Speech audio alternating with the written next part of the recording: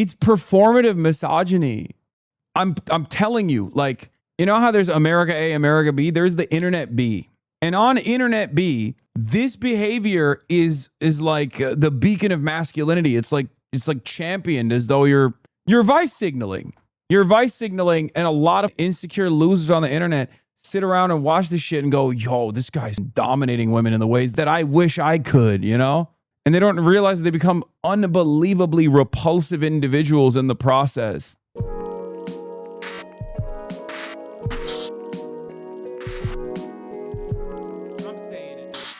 We got some fun.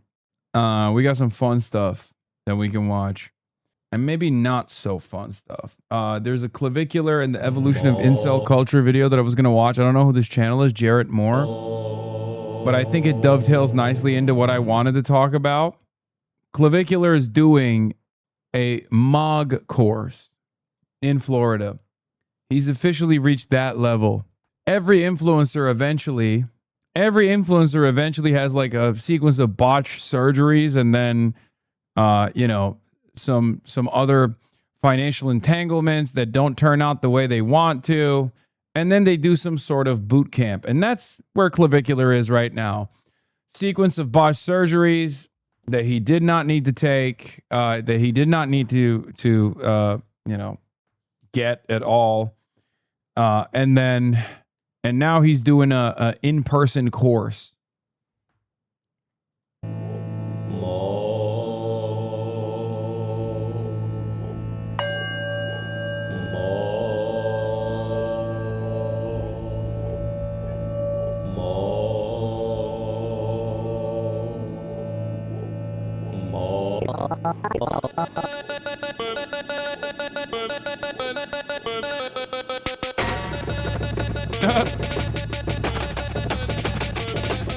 The internet's newest main character is 20-year-old streamer Braden Peters, aka Clavicular. He serves as a representative of the looksmaxing community, an offshoot of the incel black pill ecosystem that have come to the conclusion that with society and the dating market stacked against them, the only way to ascend out of their social caste is to become as physically attractive as humanly possible. He's taken this to extreme measures, including starve maxing, abusing stimulants, and hitting himself in the face with a hammer, referred to as bone smashing. He started taking black market steroids and testosterone at age 15, leading to infertility, erectile dysfunction. Okay. Put some respect on the GOAT, dude. Come on now. Clavicular will never be... Clavicular could not hold up to the pinky nail of my GOAT, Rich Piana, okay? That's crazy. Rich Piana was a G. He was a legend. Rest in power, Rich Piana. That's the GOAT. And eventually getting him kicked out of university for drug possession. With formal education out of the question, he went all in on looksmaxing, spending his free time researching ways to improve his appearance with experimental peptides, and planned to travel to Turkey for a double jaw surgery to attain more masculine features. The spectacle of this pursuit exploded across the internet. Less than a year ago, he was working as a line cook, and today he's become the fastest growing streamer on Kick, with teams of thousands of dedicated clip farmers, gathering millions of views daily on his newest controversy. Drive. Yeah, he also almost killed a guy. Oh my god! You probably just ran him over. Oh my god. He's still mogging. Oh yeah, he overdosed too. God, this guy's journey has been so crazy, man. He almost killed his stalker. And he never broke frame. He might have broken the dude's back, but he did not break frame. Okay, he kept mogging. I will point to that. He had the Everglades incident where he like killed a crocodile. He overdosed on camera, and he's gotten botched surgeries. It's awesome. Is he dead? I don't know. Hopefully. He's been profiled in GQ, the New York Times, The Atlantic, and made his modeling debut at New York Fashion Week. This video will explore his worldview, the origins of the movement, if there's any validity to his claims, and why it's resonating so much in our current climate. The surface level critique of looksmaxing is always, bro, you're really overthinking this. Girls do not care about looks to the extent that you think that they do. There's easier ways to get chicks than Cope. It's cope, dude. It's cope, buddy. Okay? That's all people care about. And it's not even about girls. It's about guys. Okay? It's about hot guys who are sexy and muscular, and I want to kiss them, but I can't. I have to keep maintaining this facade that I want to kiss the girls instead. And every time I kiss the girls, it looks like I'm in a K-drama or something. I look like Josh Hawley kissing his wife. Not gay. Okay? But that's what mogging is all about. Making other men feel hot for you. smoking peptide-laced meth and hitting yourself in the face with a hammer to reinvent phrenology. Weren't you one of the OG looks maxers? No, man. I'm just a normal person who cares about self-improvement. As a matter of fact, for the most part, I have always talked about, because before the looks maxing thing was called looks maxing, I was always making fun of like the lookism guys, the incels, because they were just like, they cared about this shit to a unbelievably unhealthy degree. You are not normal about your appearance, Lamau. Honestly, he's punk as I think I am. I think it's good to groom yourself, okay? I think it's good to be healthy. Bro, working out and dieting is not looks maxing. What the exactly? I am, however, a little, I have a little bit of body dysmorphia, just a little bit, but it's fine. Like, if I had a far greater problem of body dysmorphia, all these weirdo losers, like the new meta amongst my psychotic cyber stalking community is to constantly be like, you're fat. That would actually hurt my feelings. It doesn't, because I know that's not the case. But I still have a little bit of body dysmorphia, just mild amount. You could just meet a girl with a similar interest at like a run club and be nice to them. Wrong. The point is not to get girls. They don't particularly like girls very much. The point is to mog. Okay, yeah, he gets it. Never mind. The point is to mog. The term mog originated on bodybuilding forums as a shorthand for the A-mog, alpha male of the group. The pack leader, the hottest, the richest, the highest status. Yep. Getting girls isn't the end goal, but rather an affirmation that you're a Chad. The blonde around your arm is symptomatic of your success, more akin to a Lamborghini or a Rolex. Despite what some rich guys say, they don't particularly care about Swiss engineering or motorsports. They want it because they know other men can't have it. It's performance art for the male gaze. This quality has historically been associated as a feminine trait, with women saying they're not dressing for male approval, they're doing it for themselves. The first part's definitely true, they're not doing it for men, but it's also not solely for themselves.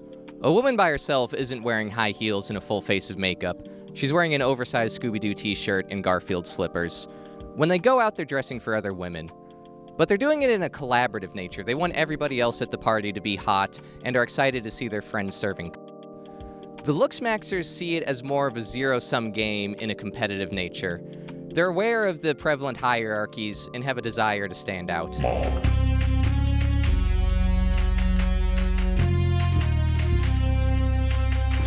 To mog is to be free.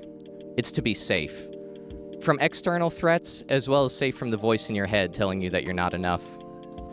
I mean, that positive thoughts is all about, like, manifestation. He's like, everything that's going on in your head, that just shapes reality. Which is probably the worst possible thing you could tell a depressed person. Just like, hey, when you wake up in the morning, that voice in your head that calls you a loser? That's actually a force of nature that shapes the fabric of reality.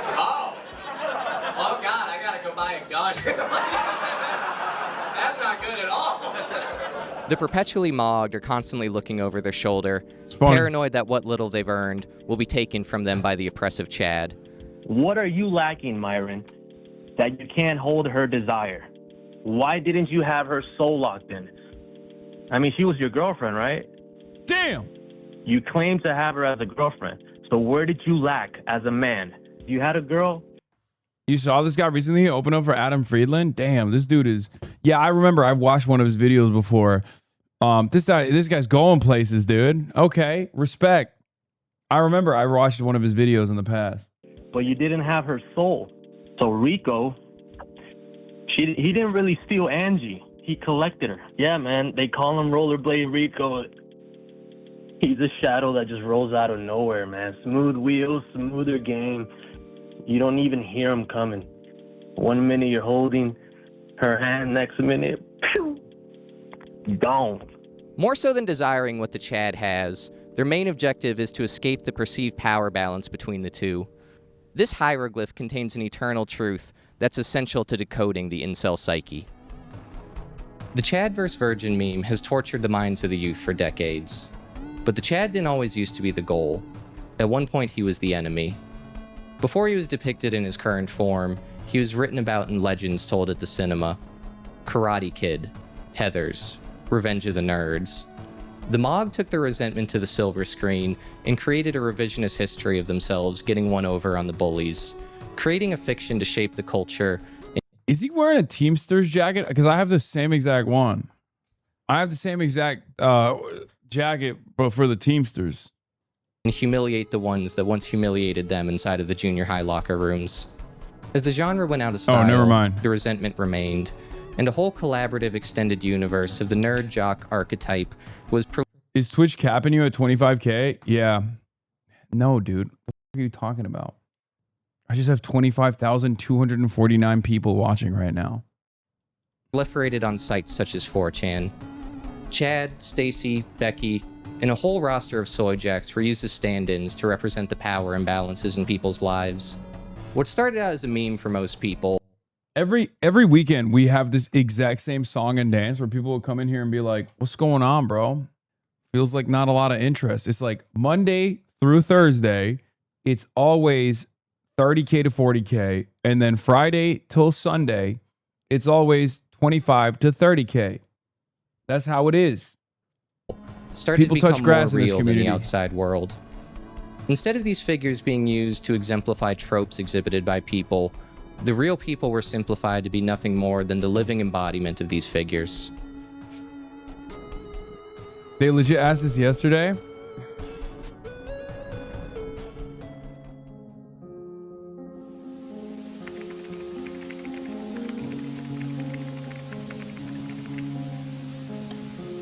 You got to stop responding to these people. Is bait for the Twitter clippers. They've been using this reaction to this question to post these so the roach can respond. Dude, that's got to be so crazy. So there's guys in here that are like sitting in a Discord server who come in here and ask that question, and then they immediately clip it and they post it on Twitter so that Asmongold can react to it. That is like, I don't understand what that does for you. I will never understand what that does for you. Literally every time you respond to the chatter, they post it and then Asmongold reacts to it. Wait, Asmongold has less viewers than me right now. What the? Who gives a shit? Go ask him if he's being capped at 22K. Watching your clips or sometimes VODs a daily thing for the HDS community. But I don't like, okay, here's what I don't understand. Genuinely, here's what I do not understand. Is literally bait they post the following day. But like, what satisfaction could you possibly get out of this? Because like, I get what Asmongold is doing, right? He's like serving a market. There's a lot of appetite for people to be like, oh, I hate this guy. You need villains, right? In your story, you need villains. People get bored. But like, what do you get as a random person? They think they're making you feel bad. That's all they want, but it doesn't work. I've always wondered this.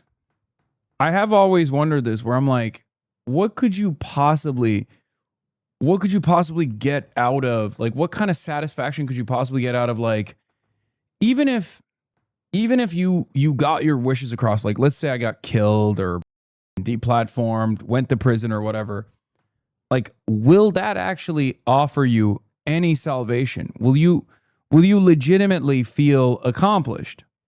Because you might feel that way for a brief moment, but your life still sucks. You know what I mean? Let's say you got a bunch of likes. Let's say you got a bunch of likes on Twitter. Asmo's audience literally just enjoys just watching this type of content. The other day, he said his job is to make people's lives miserable. Being mad at people is the content. Yeah, I don't understand it. Like, I think it's important, as long as the dog doesn't get choked. Shocked. They're lost, rudderless. The only blips of enjoyment they receive is that type of content. Yeah, I don't know. I feel like it's internet-induced brain damage almost. Do you never... Here's the thing. Do you never sit by yourself when you're alone with your own thoughts and you think to yourself, like, what have I done for the last year? And take an accounting of the things that you have experienced, the things that you've enjoyed. And if the highest dopamine-inducing moments when you do that are instances where, like, you know, you got a content creator that is never going to know about you to feel shitty for a brief moment, or you perceive them feeling bad for a brief moment in time, if that's the highest intensity output that you have, doesn't that all feel worthless? Ironically, now it's going to be a clip, then he's going to respond to this without ever directly talking to you. Yeah. I don't know. I feel like you should channel this energy into something, you know? Channel this energy into something. You know, go join a club or something. Meet some people in the real world. Oh my God, you weren't wrong. Why are you getting so angry? This is so sad. By the way, we have a hype train. Give money now. He's actually becoming an old man. Asmongold reacts to Hasan snapping at a chatter, bringing up his viewer count being botted. Hasan had the same exact reaction years ago in case both timing out the loyal subscriber and claiming Israel view botted him. Wait, what? Oh my God, you weren't lying. That's literally what these guys are doing. And then they clip it to a clip farm. And they have like other clips ready to go too. Why would anybody do this? This is why clips on Reddit of your stream aren't posted immediately, but like 12 to 24 hours after the clip was live. They needed time to comb the stream and come up with a narrative of an out of context portion. I think they do it because they do feel good for that 1 second. Their favorite content creator takes notice of them and maybe bring up their clip on stream and talks about it. It makes them feel alive when they get noticed by the content creator they base their live around. I think, look, I think it's because there's a sense of community, right? There's a sense of community around this sort of behavior. This is something that, like, ironically enough, the video that we're watching actually pertains to this as well. What used to be relegated to the darkest corners of the internet where like some of the saddest people exist, you know, bodybuilding forums or lookism forums, incel forums, is now mass produced this content. And there are like champions of this kind of content and this kind of ideology, like Clavicular, ironically enough, that people actually follow pretty aggressively. Some of them follow him as a lol cow. Some of them are fascinated with him. But then there's also plenty of people who are just like genuinely fans, right? And what's really interesting is this is exactly that as well. This is called A-logging, right? There are entire communities on the internet that used to be on some of the darkest corners of the internet, like some of the worst parts of the internet, like websites that are constantly at risk of getting taken down, like Kiwi Farms and whatnot, that spend a good deal of time and good deal of effort getting together, congregating to identify certain targets that they want to cyberbully. That is something that people used to do, and the saddest part about it is like, yeah, they used to do this on 4chan and whatnot, but for the most part, a lot of content creators in the mainstream side of things, and the more mainstream side of things in independent media on YouTube and whatnot, rarely ever entertain this lol cowing, right? Nowadays, there are actual content creators who have designed their entire content around this kind of behavior. Sex Pestiny is one of them. Ethan Klein is another one. Asmongold is another one. Rape Tone is another one. Some of them are objectively like right-wing, openly right-wing. Some of them don't present themselves as right-wing. Some of them even consider themselves to be liberal. But there is like this whole ecosystem now of content creators who spend basically all of their allotted time on camera doing this kind of thing. And then they foster this community that is organized around going after people that they have ordained as enemies. I've never been a big fan of this kind of content. I never understood it. I have friends who do it, right? I have friends who like entertain it, where they'll go and find like someone curious or fascinating, and they don't try to impact that person's life. Of course, they never tap the glass. But what these guys do is all about trying to tap the glass. What they do is all about like trying to manipulate that person's life in some way in a negative manner. And I just don't understand what kind of satisfaction you could derive out of participating in a negative smear campaign permanently over a content creator that you just don't like. I feel like when you snap yourself out of that stupor, you'll probably be a much healthier person. And every now and then I try to, have a real conversation like this. And I feel like all of those people that are in these, like, yeah, you said there are entire Discord servers watching and tracking you, but it's to get likes on Twitter, make YouTube vids, super simple Hank. They don't want to go outside. Their Twitter impressions are down for the month, so you are an easy vehicle for them to rage bait others. That Kaide clip from years ago is an obvious indicator. Read Hasan. But again, it's very strange. I will never understand it. Like, you should probably fight for something bigger than that, Another topic that used to bait you is mentioning Kaya. Literally every single time a chatter asks you to respond, it gets clipped. That Brandon Buckingham tweet was ironically quoting a clip of you responding to a chatter about Kaya. Yeah. Is baiting you that different from putting money on Kalshi? I guess not. But you do give them the satisfaction, though. Instead of just being an instant ban for being a lazy bot, it's so annoying. You reward them with attention or reaction. I will never stop trying to fight for others, including some of my most mentally ill haters. That's it. Like, no matter what happens, I do want these guys to live a better life. I want them to have health care. I want them to have a better future. I want them to like live a life of dignity, It's obviously also beneficial for me because if they did do all those things, if they did have that life, then they probably wouldn't be wasting it away on the internet stalking my ass, right? But like, I want them to have a job. I want them to have job security. I want them to have autonomy in their workplace. I want them to be able to start a family, purchase a home on one salary. You know what I mean? Genuinely, that's what I want. And part of it is, I do legitimately believe that part of it is like, for every 1,000 hate watchers, there's got to be at least a couple hundred that hear what I have to say. Maybe they don't internalize it immediately, but they hopefully second guess themselves. I'm sure there's some people in here. I'm sure there's some people in here who were that person. And now they're fans. I'm sure there are a lot of people who are maybe ashamed to openly say that, like, oh, I came in here from one of these communities and I'm actually a fan now. I realize that like a lot of these people a lot of this was just like worthless.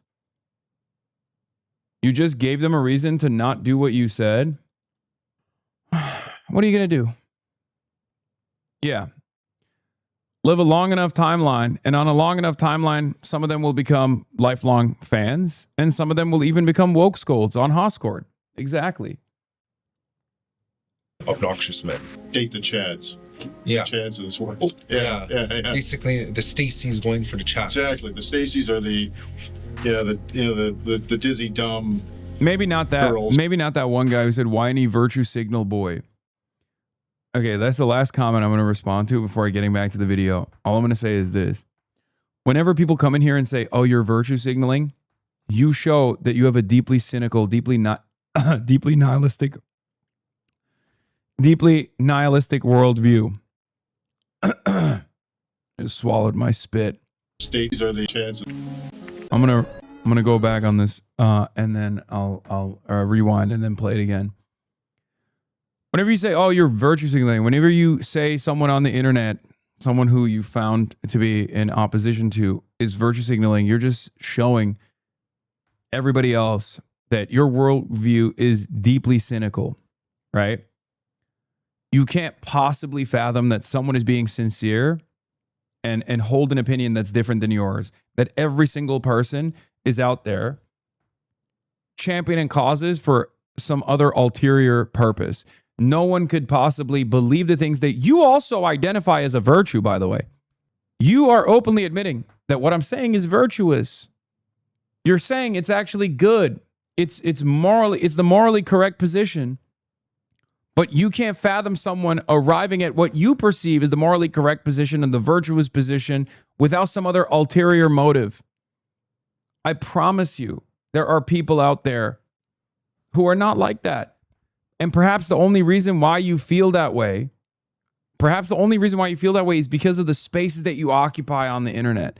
You only go and congregate around people who are legitimately f***ed up, like genuinely having a bad time, and their whole output is to try to make others also feel bad and feel shitty. And they're training you to believe that anyone that says, hey, be kind to others, like it's fine, it's not going to take, it's $0. It costs $0 to be nice to people and to want what's best for others. Anyone that says shit like that must be disingenuous. I mean, look, I have my moments where I'm very angry, where I get very passionate, where I get very mad. There are plenty of moments where I'm not embodying the virtues, right? As a matter of fact, a lot of people are looking for those moments so they can clip a certain perspective and like show the rest of the world the truth about me or something. Like, no human being is perfect. I'm certainly not. But again, a Jewish guy trying to insult me by calling me a hook-nosed yid is pretty ironic, don't you think? Yeah, looks identical, Sammy. They all have the same look. It's uncanny. 100% chance this guy calls Hasan Piker a vicious anti-Semite. He does. Whether you think Hasan is an anti-Semite or not, yes. Saying he spent his entire professional career combating anti-Semitism is absolutely hilarious, gaslighting bullshit. Guy is so comically full of shit. Yeah. Always. Always.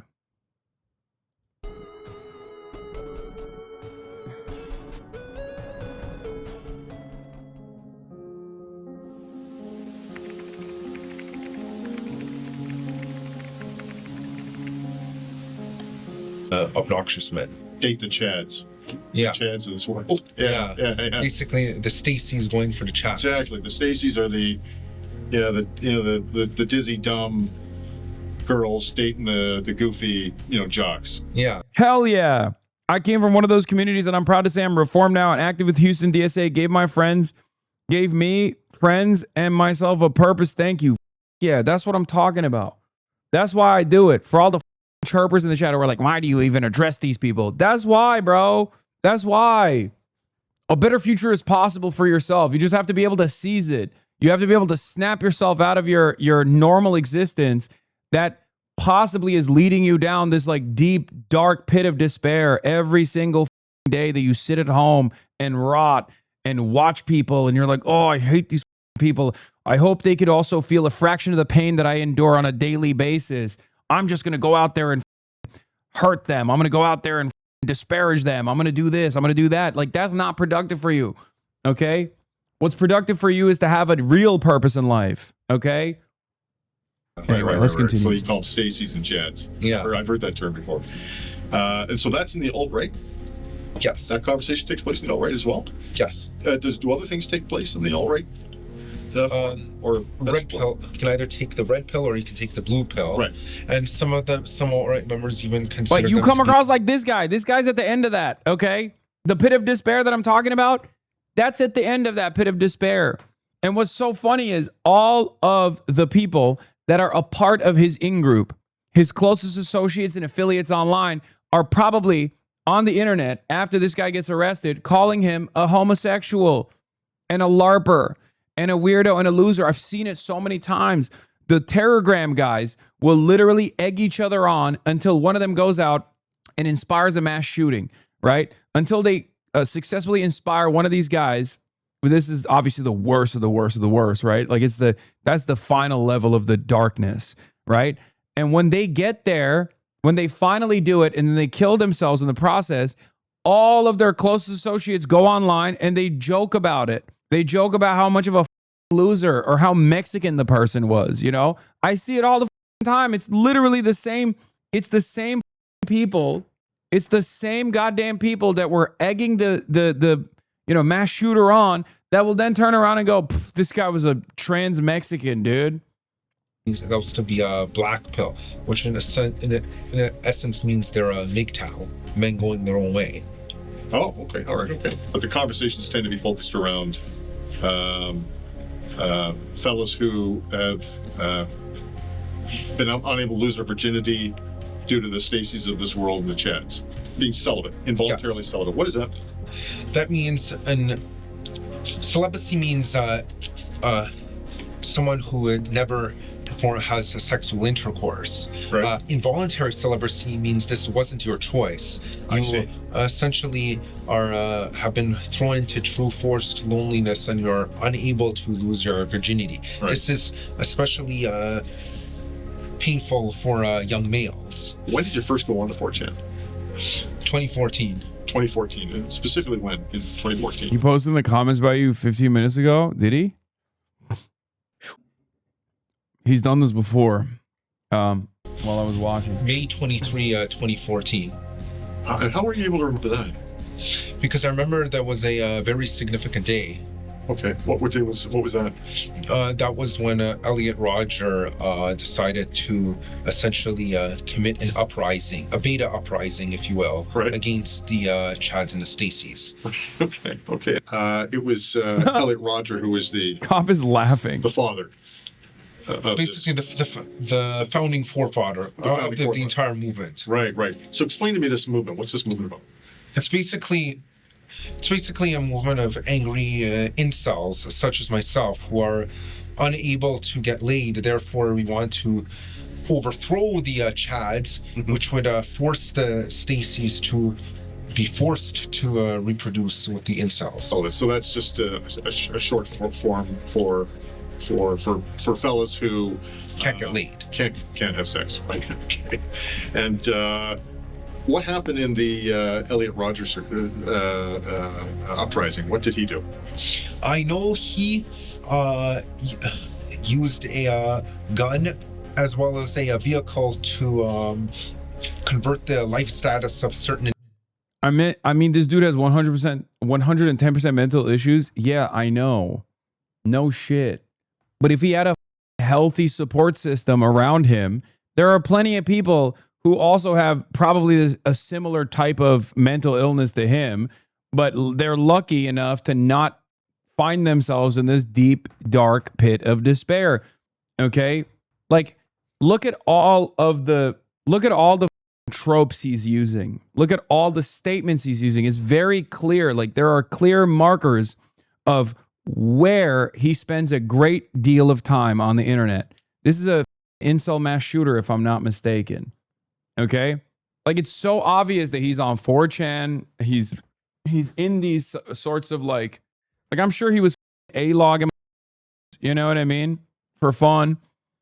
And he thought that, anti-communism and A-logging what he perceived to be like feminist influencers or cyber stalking e-girls or whatever was the most productive use of his time. Yeah. Oh, this is the guy who who drove the minivan, Alec Manassian. He like drove over a crowd with a minivan. He did a vehicular terror attack. And if he had a support system around him, and he just like snapped himself out of this like the weird right-wing radical circles that he was online, he probably would not have acted out on these like unbelievably violent desires. He wouldn't have like snapped. He wouldn't have gotten to the point that he got to. This guy was diagnosed with autism as an autistic person as well. It's so clear this guy was struggling socially, fell through the cracks and into the incel 4chan circles, probably got constant reinforcement yes, exactly, from those around him, from the same people that will bully him for being autistic. Well, those other people are also most likely autistic. Individuals to death status. Right. Only to carry the message that incels can't be oppressed. You could call it an incel rebellion. Incel rebellion, exactly. Right. Yeah. Okay. And were these fellas active on 4chan? Yes. They were. Have you ever communicated with these fellows? I actually have, as a matter of fact. So what did you discuss with these guys?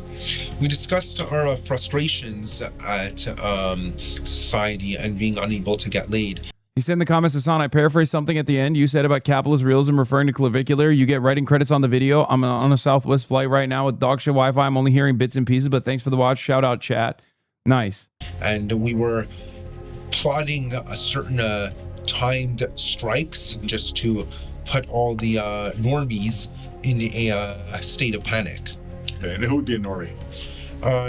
Normie means normal people. That would be anyone who is considered to be normal by the unfair standards of society. But not. I also didn't realize that there's a deeply anti-Semitic octopus at the top of this TV, for the record.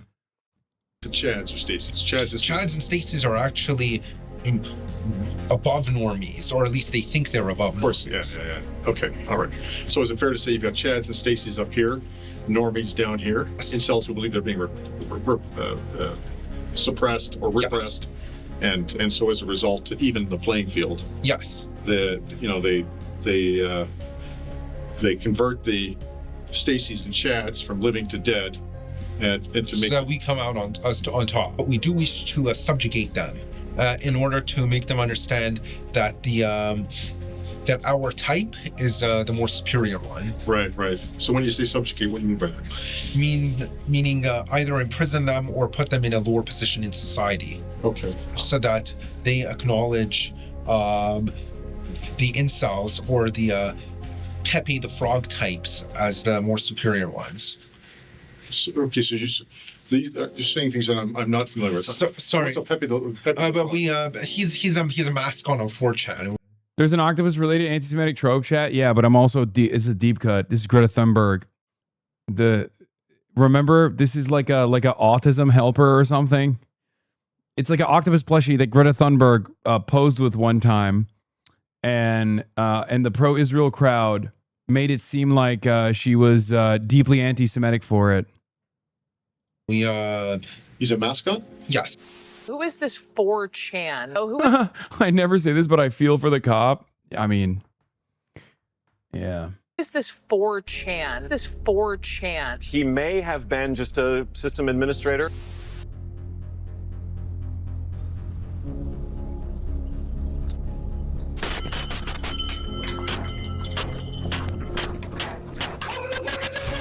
But 4chan is, you can go on it right now, and the thing about it is explaining 4chan to a void. Oh, buddy. You know, I always find it fascinating that the same people that freak out about the octopus trope use it all day, every day when describing Iran. Yes. I mean, Israel defenders deploy every Nazi trope. Every Nazi trope against like Pax Islamica, for example. It's not user-friendly by design. There's porn playing on the banner ads on the side to make people that are uncomfortable about that uncomfortable right away and to get off there. The user layout is also, it's not user-friendly. Like the threads, they look weird. The way stuff is stacked is not intuitive when you first see it. There's no usernames, everybody's anonymous, so that's another factor to it, that you have complete anonymity and you can't have like post history or anything, so you could just say the most inflammatory shit, which we found out in the Jeffrey Epstein leaks. Like the creator of 4chan was talking to Jeffrey Epstein, and they have different boards, and they're kind of like subreddits on Reddit. Yeah, it's safe. It's like safe, edgy.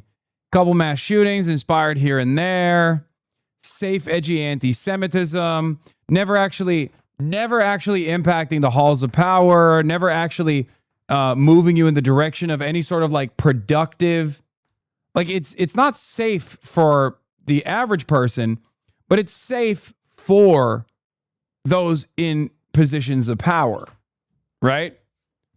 Because if you're like a billionaire, if you're a billionaire, you love that there is a internet forum out there of individuals that are like, you know, engaging in conspiratorial thinking, but you can actually maneuver them into a much more productive way of conspiratorial thinking, constantly assuming first of all, it's a place to contain this kind of nonsense. That's number one. Number two, in that area that you've contained these people, some of these are, extremely online individuals. You can actually slowly but surely manipulate them, slowly but surely move them in the direction of certain political positions that are not actually harmful to societal elites. If you notice, none of these guys ever get mad at the rich.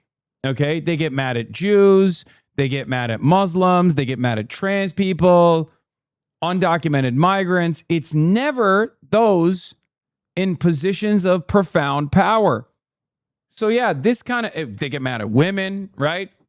It is a perfect incubator of anti-communist thought, a perfect incubator that moves away people from ever recognizing their class position, understanding that, a lot of the people that they're actually shitting on have the exact same class position that they do, have the same exact class interest that they do. It's a great way. It's a great way to get the pedophilic elite billionaires off their backs. But the worst one is called Pol, which is politically incorrect, and that's where all like the neo-Nazis and shit. And sometimes they obviously make this statement. Like billionaires like funding this thing to create like division and like chaos. And like sometimes they make it very obvious. Like when Asmongold literally said, when Asmongold straight up said, it's not the top 2% that's like responsible for all of the societal failures, the bottom 2%. Like that was incredible. He's just giving the game away. A guy who is literally a part of the top 1% of the 1% telling all of these other working class folks that they are, that their enemies are actually the bottom 2%. Like fake universe with all these like caricatures of like the Stacys and the Beckys or whatever. That became more real to them than reality, which they're not living in. They're just living on these forums. But yeah, it is like compartmentalizing and just like all of them are like, because I've had bad experiences with girls or dating or whatever. It's like, oh, there's no hope. It's like the black pilled thing. Just like, oh, it doesn't matter. Everything is shit. They're all like this. They're like isolated and neglected. And then they find this group where there's just like a pity party and they're all talking about how bad shit is. And they like all relate to each other about that. But there's also normal boards on there. Like the Moo board is just like for people sharing cool music with each other and like torrents of like ripped files. And they just use that platform because it would be taken down for like copyright reasons on other websites. So a bunch of people into underground music like death. Fortunately, I made my whole World of Warcraft guild Ron Paul supporters. I remember they got me to take the bait too. Jesus Christ. Scripts would go on the Moo board, and then they don't go on the Pol board. There's another 4chan board called R9K, which is supposed to be like Robot 9000, and it's for like people that they like identify almost as like they're so autistic. And you talked about like it's not all autistic people, but it's these people that like self-identify as this like type of autistic where it's like very school shooter heavy, like I can't relate to literally anybody on earth except for like I feel like I don't feel the emotions that other people feel, and then that's just like other people amping you up that's like a valid and not trying to get better but actively trying to get worse. It would be like if Dexter didn't have a dad to tell him to kill the other murderers. It would be if Dexter was left to his own devices with unlimited internet access and found other Dexters. Incel groups flip the power structure of status. Whereas on mainstream platforms like Instagram, with people trying to show off their looks or their wealth, these forums invert flexing, with people trying to one-up each other over how shitty their life is. Yeah. It's like when you try to tell somebody that you're tired, and they go, you only slept 5 hours. You think that's bad? Try being a 38-year-old diaper fur. They're posting their L's like it's a money spread.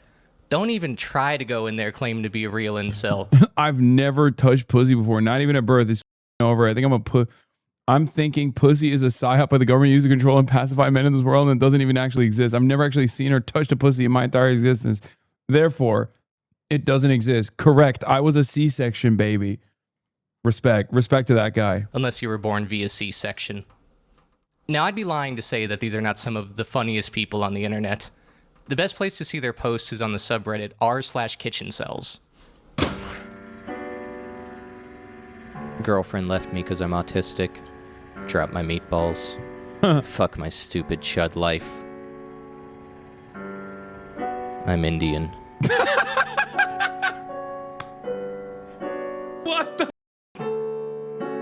I beat my shit to a girl using the reflection of her face in her dog's eye on Instagram. I'm allergic to tomatoes, so I made this punishment meal. Tomatonator. What the? I drop my salad. I fail at everything I do. I'll never amount to anything.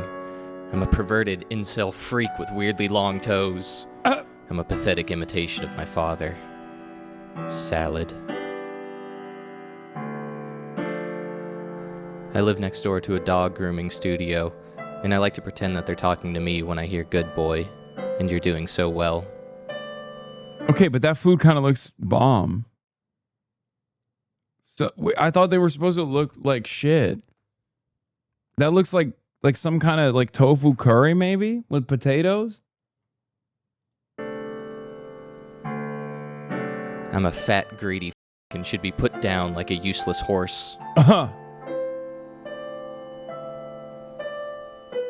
Failed my driver's test today. I'm 26 years old. I can't hold a job. I can't get laid. I can't even drive. I don't deserve flavor. I don't deserve flavors. No! Girls will stay with men who beat them. That means I'm worse than physical violence and abuse. Can of sardine rose.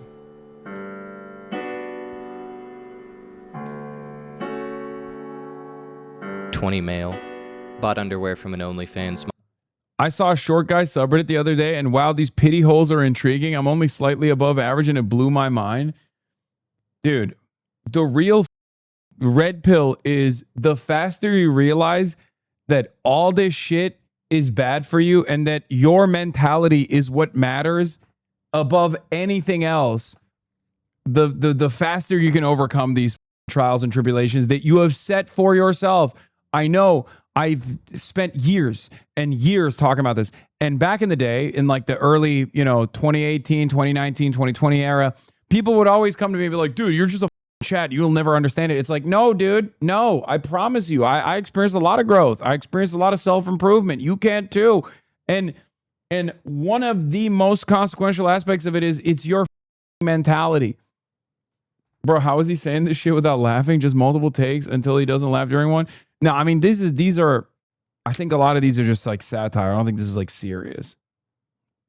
But it's literally confidence. What so many people fail to grasp is like being an alpha male. That's just being confident. That's what they're talking about. Being masculine. That's just being confident. That's what people are talking about. So many of the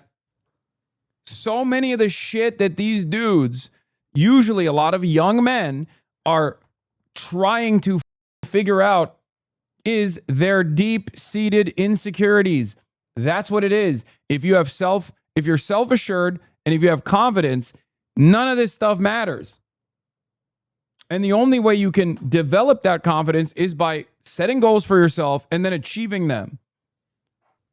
Stop, dog. You're just the most wrong you could ever be on an issue. I know. Shut the up. This is the one take that's going to radicalize me against you. Buddy, if you think you're the first person who has said that to me over the long course of my internet commentary career, especially considering the website that we're on, you're out of your dang mind. Okay? I'm not saying confidence is easy. I'm not saying it's a choice. Wait, I love you. I'm famous, but I also stand by my opinion here. I know. Listen. I've talked about this before, and I haven't really talked about it in a while, so maybe it bears repeating. I used to be so insecure, I couldn't wear sunglasses. I couldn't wear hats, okay? The level of social anxiety I used to have as a teenager was to that degree because I thought if I wore a hat, everyone around would be like, look at this asshole. Why are you wearing a hat? That they'd call me out, okay? I was scared to wear glasses, dude. That people would be like, why are you wearing a glass? Why are you wearing sunglasses? Who the f do you think you are? You think you're a celebrity? That's what that's how scared I was. Okay? Not wearing a hat prevented you from going prematurely bald? Fair. True. Saved on that front, I guess. But my point is, like, that was a legitimate, like, I'm not saying this to be like, oh, I overcame great odds by being able to wear hats. That's not the point. My point is, that's how unbelievably insecure I was. Okay? That is how insane. That is how insane I was. That's how insanely I was riddled with social anxiety. And I promise you, what you see now before you as a guy who is relatively successful at the age of 34, who looks a certain way, that's not how I came out of the womb as, okay? It took a long ass time. I was a fat loser chud. And in many ways, I still carry a lot of that weight with me. No pun intended. Okay? But it's just like setting goals for myself and achieving those goals, whether it be body improvement, improving my mind, improving my daily habits, and focusing on trying to, you know, be as healthy as possible. It goes a long way. Many of you in this community have hopefully gone on that journey as well. Yes, I'm wearing a denim shirt. I had alcohol issues. It sucked. You know, we all go through a different version of this.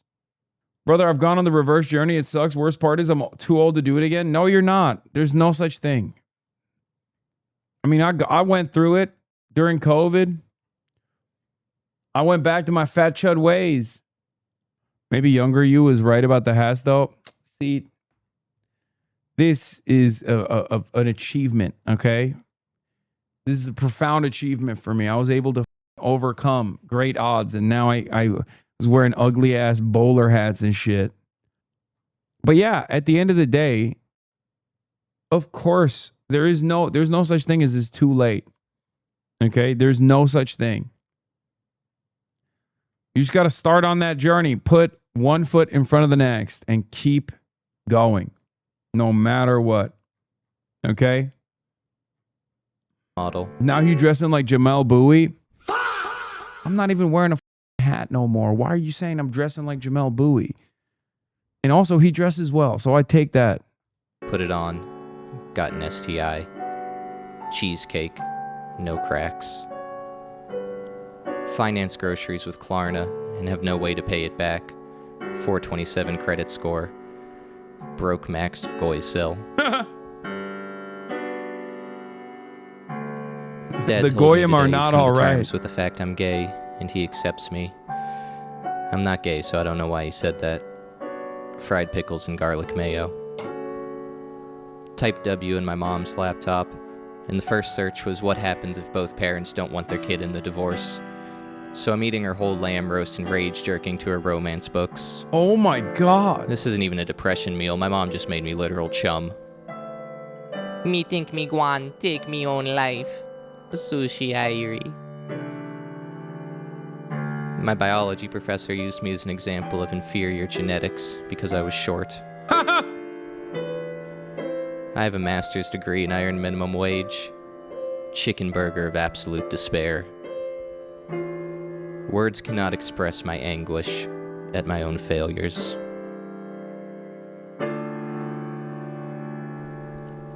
There is a dopamine hit that you get by throwing a pity party for yourself.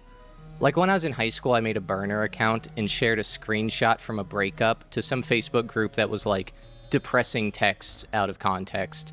Just sharing shit to strangers that you could not waterboard out of me at this point in my life. I think it may have even been a poem. I don't remember. I just tried to erase it from my memory, drinking bottles of Robitussin like it was the Men in Black Flash. And even recently, my buddy just posted on Kitchen Cells, after he got stood up for a date that he made reservations for, he took a picture of himself eating oysters alone. There's something about owning your shame and humiliation where you just remove it from yourself like a tumor and put it in a display case to be able to compartmentalize it.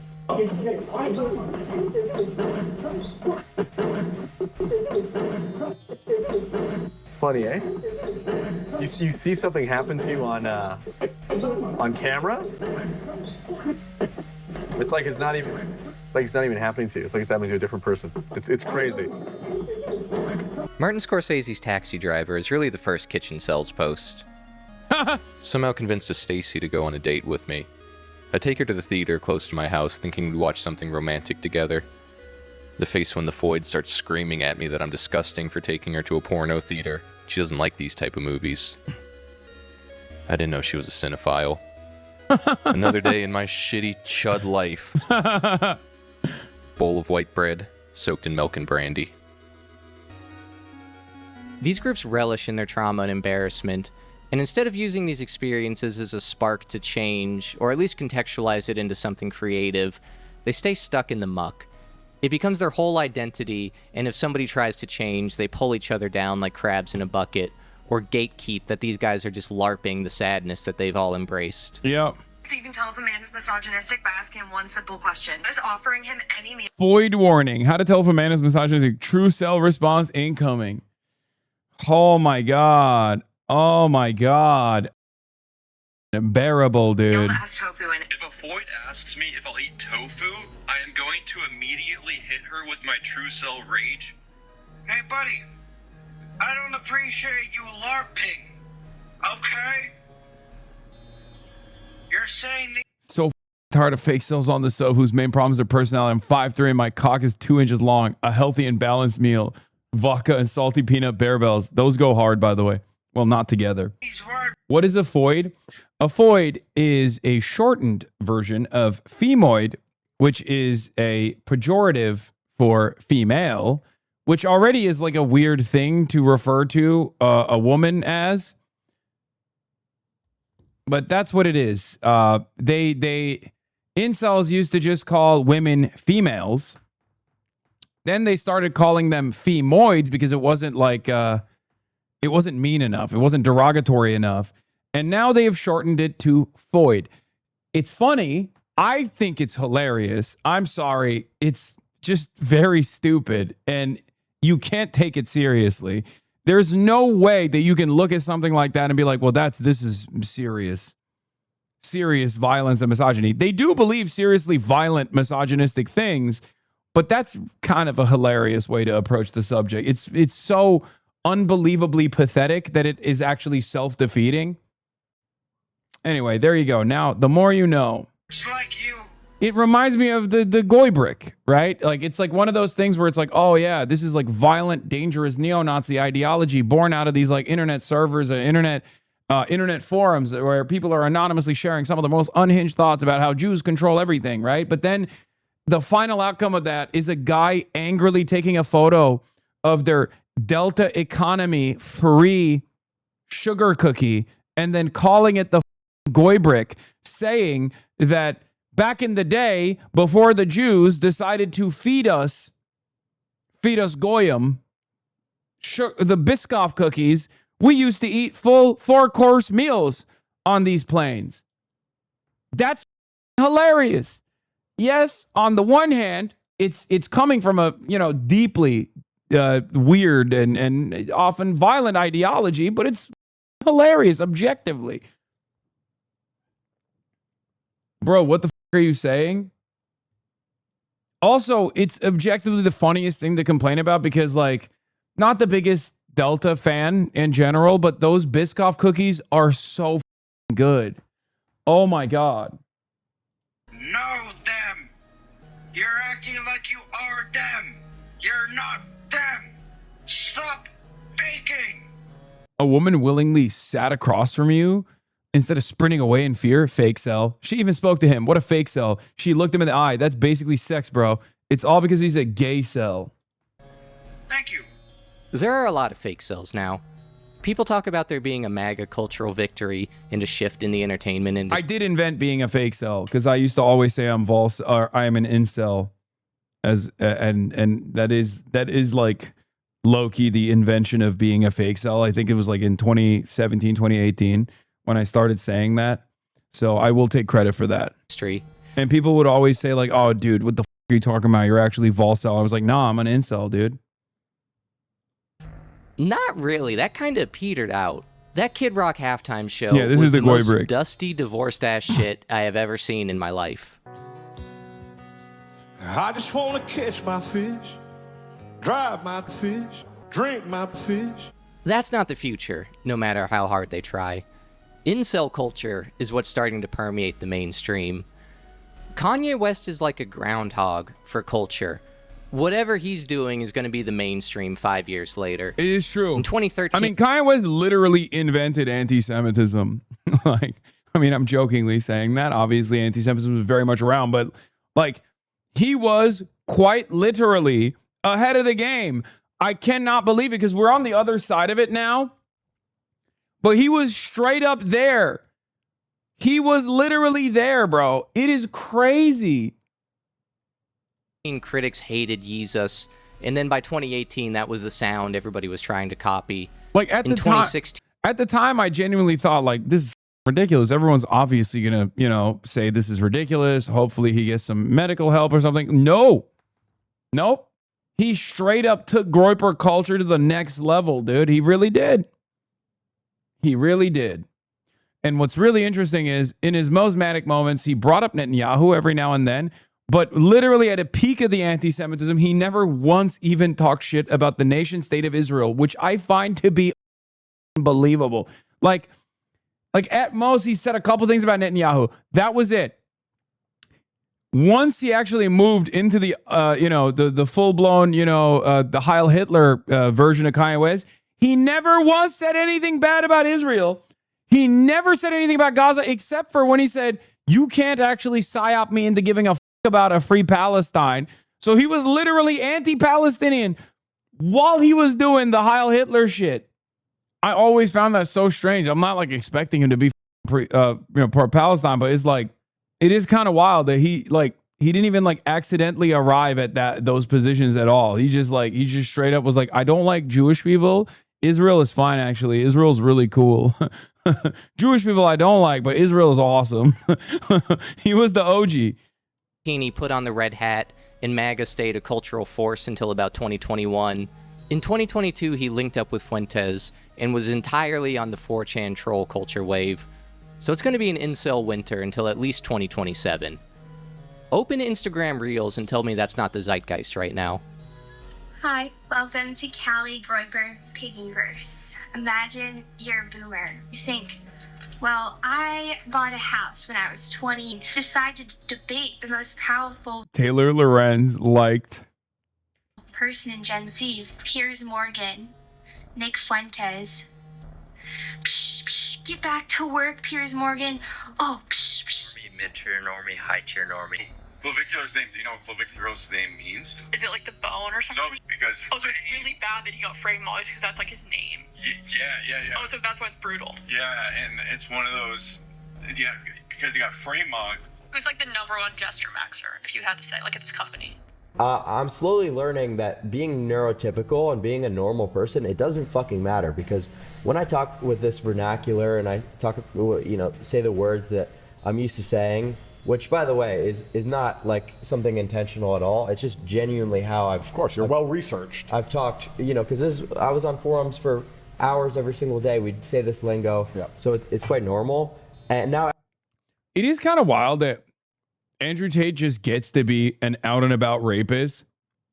And I say that because like he's literally unpunished, okay? And it's insane because like even after everybody knew he was a rapist, he still ended up raping more people, like conservative commentators like Lauren Southern, a rapist sex trafficker, sorry. Like I always find that so strange that he just straight up, I mean, Conor McGregor was just on Jimmy Fallon. So I guess as a society, we've decided to not only look the other way when people are doing rapes, but instead just like highlight and cherish our most prized rapists. Since the president is one, since the Department of War, the Secretary of War is one, we as a society have decided like, no, rape is good, I guess. How did that happen? I don't know. Like, I know people will say this has always been a byproduct of patriarchy. I understand that, but I thought, perhaps foolishly, that there was like there was levels to this. You know what I mean? Like we are unironically living in a system now where people are just like encouraging it. Like we're celebrating it. It's not even like oh, you f***ed up. Like that was bad of you to do. Wrong. Like people aren't even maintaining some sort of like social standard that like rape is a bad thing to do. It's now more so just like a celebrated, cherished event that some of the worst people engage in, and then everybody just kind of moves on from it. Very odd. Everyone's adjusting to it, so there's no point of me trying to act like a neurotypical loser, because everyone's going to adjust to me. I don't have to adjust to them. Well, that's it. That's right. Even the NFL is saying maxing. Of course. Of course, you are the culture. Netflix is saying jester and all this shit. Yeah, I'll just do what I do until everyone is on my side of the aisle. Your coworker in the office will be like, ugh, I am just fat-ass pilled. If I have another bite of this goy slop, I am gonna rope max. If Elliot Rodger could live to see the day, he would feel like a ghost that just became reanimated. I don't know if you know, but he made a tweet condemning the false claim of 250,000 rapes by Pakistani males in the UK as an obvious rapist. Wait, which side did he take? Was he saying that the Pakistanis are the only ones that are doing the rape? As a rapist who has an active rape charge in the UK, who low-key technically benefited from the United Kingdom's awful track record at prosecuting rape, that's crazy. That's like Jeffrey Epstein saying, I hate pedophiles, okay? Another thing that happened by another rapist, ironically enough. From a bygone era, of course. If Jeffrey Epstein never killed himself, I swear to God, people would see him as like a unbelievably important red pill lifestyle influencer by this point. And that's not even speculation. Nick Fuentes literally sold Jeffrey Epstein merchandise. Or, well, he didn't kill himself, but you know what I mean. I just accidentally said that, but like if he hadn't been murdered, right? That's the new meta in Eurotrash. The only rapists are migrants. Just like, wait, you can see me. You speak my language. You're black-pilled too? There has been a total incel cultural appropriation. I can't stop talking like that. Like, I was talking to my wife the other day and offhandedly called somebody a wagey. She goes, a what? I go, you know, like a wagey, a wage cuck. She goes, you have a slur for employed people? I'd be like, no, that's not one of the ones that I made up. That's a thing that people say. And I know that implies I do have a list of slurs that I've made up, but shut up. You don't know what those Armenians did to me. Anyway, the point is that culture is created by people... Yeah, you have a slur for employed people is such a funny bar, but it's true. It's crazy. Affirming and amplifying the reality that people are experiencing around them. And that reality is not good for a lot of people anymore. So I took out 2 loans to get here today. I don't even have money for a hotel. Slept Give in him my a car. big hand, guys. Homeless dude. Give him a big hand. He's homeless. Yes, I've slept in my car the past 2 nights, but I just wanted to show up. So my question is, how do you 10x your mindset to like break through that fear of just like getting to the next point? If you adjust what has been the trend job creation over the past, let's say 6 months, if you adjust that for what we think, our staff thinks, is the overstatement due to overcounting, effectively there's 0 net job creation in the private sector. 10 to 15% of men aged 16 to 24 are NEETs. Not employed, educated, or in training. These are the guys you get matched up with on Rocket League after a long day of work, wanting to unwind, and then these sweaty that have been home all day honing the blade start diddling you with flip reset musty flicks on their Smurf account. They've lost all hope for the future and have chosen not to participate in regular society and have regulated themselves to parallel worlds. Even if you have a job, it's easy to feel like a NEET, with all the markers of adulthood and self-sufficiency being pushed back, with more and more people living at home or staying in squats with multiple roommates because of the housing market, pushing 30, reading passive-aggressive sticky notes on whose turn it was to do the dishes. People are delaying having children until they feel they're financially stable, which turns into a photo finish race on whether or not they'll have fertility issues by the time they're finally ready. Nobody even bothers saying children are the future anymore. John and Mary have been replaced by Claude and Grok.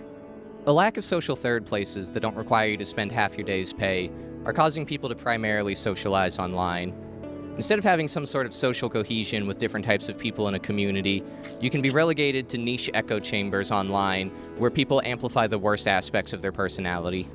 You fell into a career that you're not particularly proud of, with limited opportunities to advance.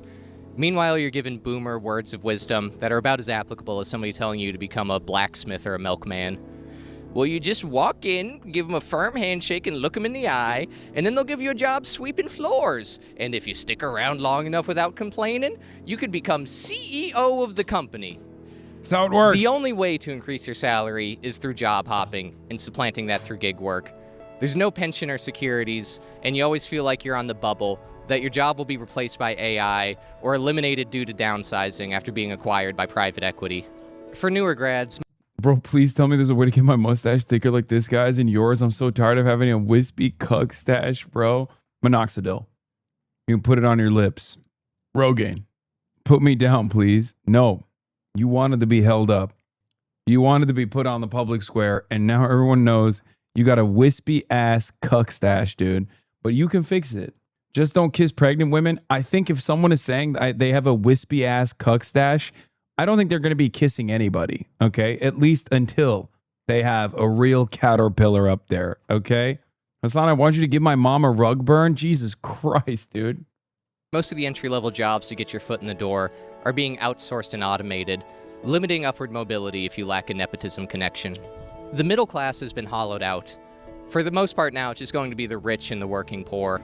So with any fantasy of humiliated by a chat streamer in front of 22,000 people, spaghetti and meatballs. working your way up the ladder gone, people are just in a holding pattern, biding their time and punching a clock until they can come up with their own grift or get-rich-quick scheme to escape. Selling Pokemon cards or feet pics or a kidney. I don't need both kidneys. I'd trade an organ for a reliable car. Selling crap from Alibaba on your TikTok shop used to be the meta before tariffs patched that exploit. You can become a Section 8 landlord and take even more single-family homes off the market for young couples. You might be able to retire that way. Oh, you can organize a fake hate crime with your black friend. That way he can set up a GoFundMe, and then you set up a counter GoFundMe and say that you lost your job because of the woke. Okay, low-key, though, the white guy would make so much more money. It's not even funny. So you'd have to literally divvy up the gains on that. Like, it's not even a joke. It literally is just the new meta. I mean, there was that one girl that went to the trial. This is actually now sincerely the right-wing meta. Elijah Schaffer is like famously possibly gay, definitely had some sexual assault allegations, broke his family apart. He's like one of these right-wing chuds that's like a neo-Nazi now.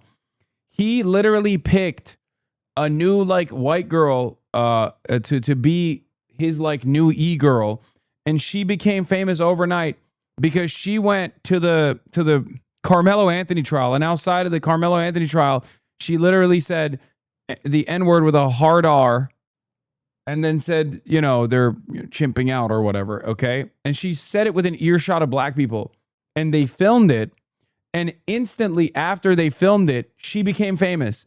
That is how people try to become famous now. What I'm telling you is a real story. This is not fake. It's not made up. There are people out there monetizing white supremacy, and not like Ben Shapiro, like straight up, unvarnished, straight to the vein, chud maxing, Chud the Builder style. We are living in a horrible timeline, man. The possibilities to make money in this country are limitless, unless you plan to do so by actually working or providing something of value to society. It's a smash and grab economy. That's why the jaded apathy is resonating so much with people. The normies are jokingly leaning into the culture, embracing how absurd it is the fact that everything is over. But the true cells deep in the trenches are desperate to escape. The malcontent found looks maxing as the cheat code to unlock all other cheat codes, and that by striving towards physical perfection, they can participate in a hyper-real version of normal society instead of being relegated to their alternative worlds. The question is, are they right?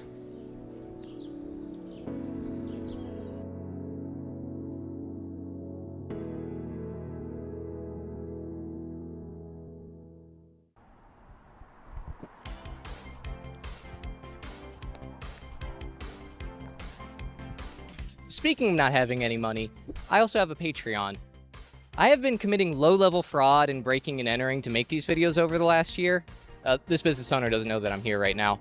And half the videos on my channel have been demonetized. Oh my god, I'm in so much debt. What a horrible life decision. There's a reason other YouTubers don't put this much effort in it. Anyway, that's not your problem. It's also a good deal for you, the listener, because you get access to an exclusive podcast. I've extended interviews with military veterans, a plumber talking about the world of OSHA violations, comedian friends, and an insider into the world of finance and tech startups. I also have solo podcasts, like the one where I recap the time I was interviewed by a public intellectual and media theorist, but it was the weekend after Charlie Kirk got shot, and that was the only thing I could talk about. So I derailed the whole show. I just started crashing out about Randy Fine. So that interview's never getting released. I don't know if that's the reason, or there were technical difficulties. They never followed up. But I hope to do the show again someday. I had a lot of fun. I'm a big fan. Shout out Douglas and Team Human. I also have another episode that will eventually get me disappeared by the Kingdom of Saudi Arabia. So that's staying behind a paywall. They scare the shit out of me. Anyway, so it's fun stuff like that. You also get access to the Discord server, so you can hang out in the group chat, share music or conspiracy theories, or just find people to play video games with. That's how I met the plumber that I interviewed. If money's tight right now, don't worry about it. You can support the channel by just liking and subscribing. Shit, if you want, you could even clip segments from the video essays on the main channel. Throw your own ads on them. I don't give a shit. The only thing I'd copyright strike are the Patreon episodes, because I talk massive shit on there, and that's a secret. Anyway, back to the beautiful people. A case often cited by Looksmaxers as the story that blackpilled them is that of Jeremy Meeks, a Crips-affiliated career criminal from Vacaville, California, who served time for identity theft, grand theft auto, assaulting a 16-year-old, forgery, and his last conviction was for being caught with an illegal firearm in 2014.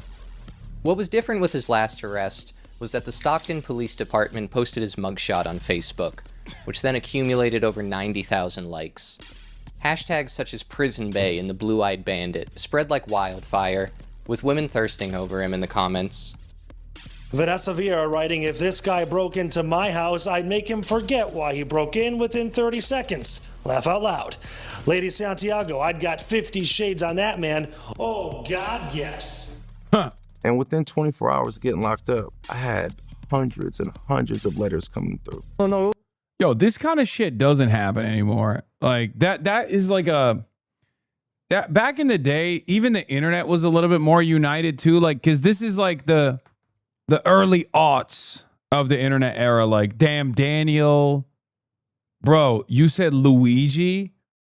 Dog, I think there was a different reason for why Luigi was a mass publicized incident.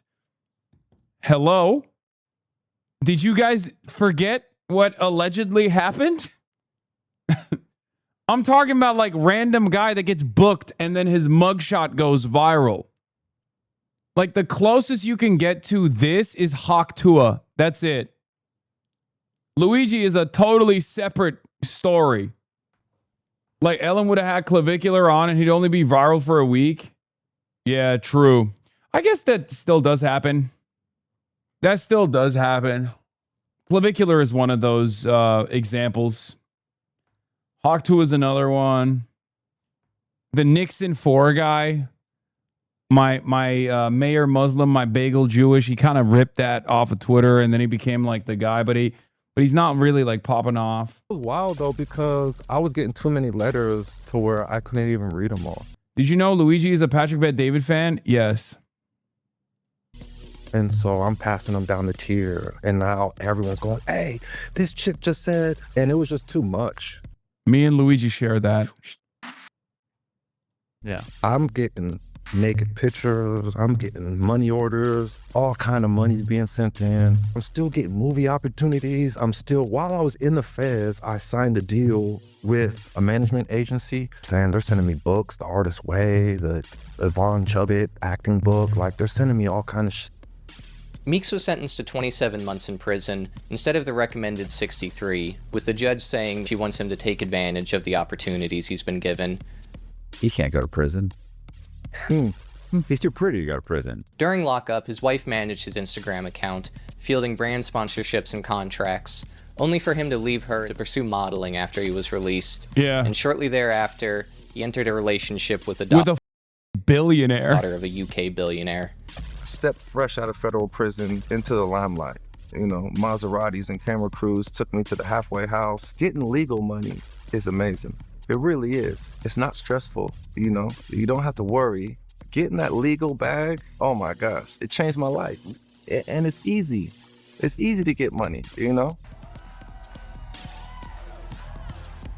He was jet-setting around the world, starring in movies and walking on runways, while the mother of a 15-year-old boy that was killed by Meek's gang, protecting his girlfriend in a drive-by, had to see his face plastered across her television screen.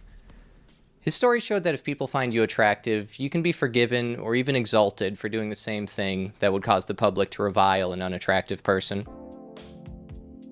So earlier this year, I went to Los Angeles to meet industry people because of the YouTube stuff.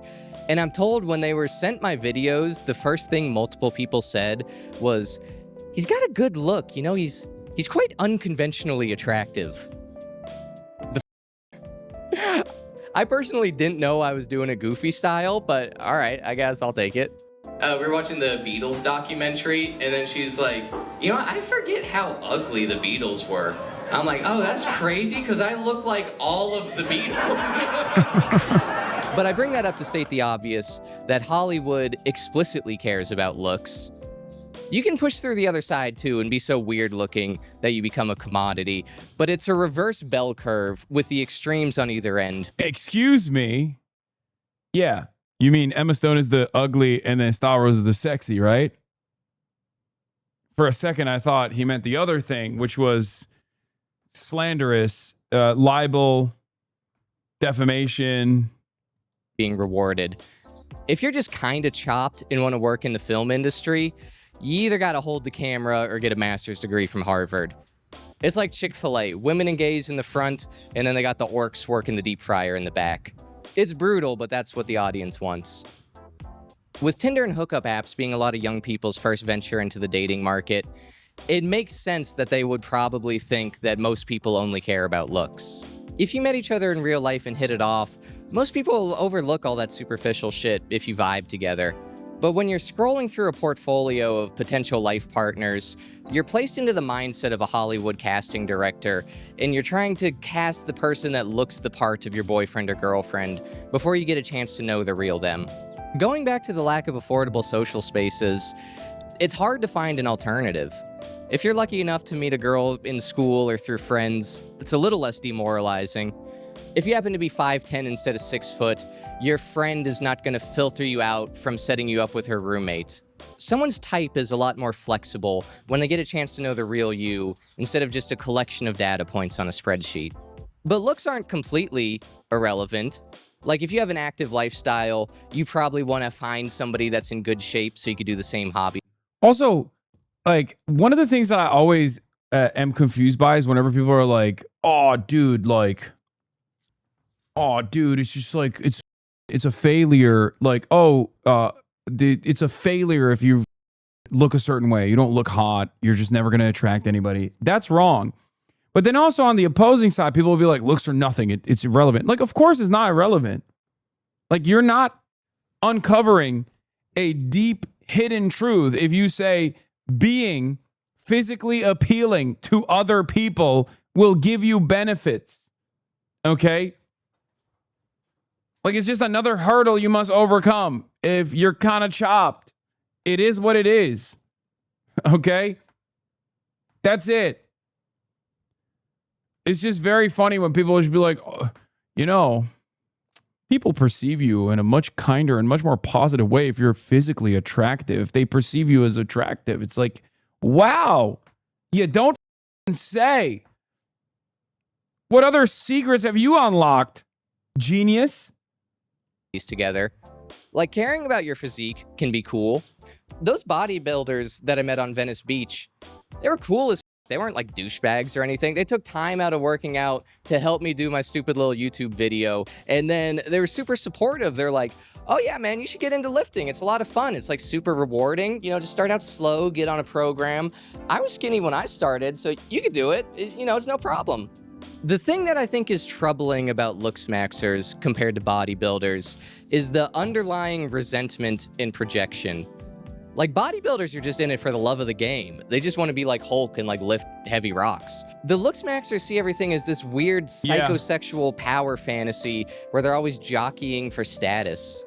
What you do is you have to set up what's called vantage points. So you would take like something. I'm not gonna put it down. Quran case. So just say this is a regular book. Don't do it with a Quran. Vantage points. So you put a vantage point like here. So that way you take off the shoes, and then you go, you like rest on it, and then you set up a next vantage point like right over here, and then you just make it to the bedroom. That way you're good. So that's the. Are you trolling on the vantage point or the? No, I'm being dead serious. A buddy, I learned that from a buddy. So you're 6'2" doing this. Well, yeah, bro. I mean, like whatever takes mug. You're trolling, right? No, bro. No, you're 6'2". Yeah, but we should be 6'3". I'm legally 6'3" on my ID. So let's be 6'4". I'm good. It's about excellency. Oh yeah, I'm doing good. I'm above average. Floor is lava maxing. Or you could just be normal and be perfectly happy with being 6'2". That's also fine. You know? I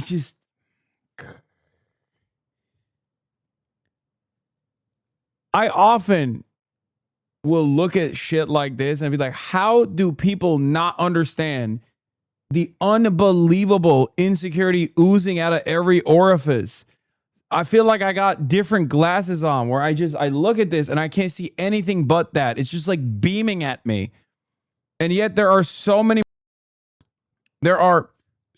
people out there who actually look at this and they're like, no, these guys are, they're sick. They've cracked the code.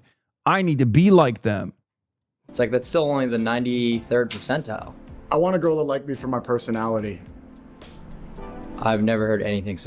Don't you also have some form of body dysmorphia famously? I do. I've spent too much time in the gym not to have it. But the difference is I don't let it dictate my life. You know what I mean? That's the difference. Like, yeah, look, everyone has some level of insecurity. It's normal, right? It's what you allow that insecurity to do to you that matters the most. Okay, before.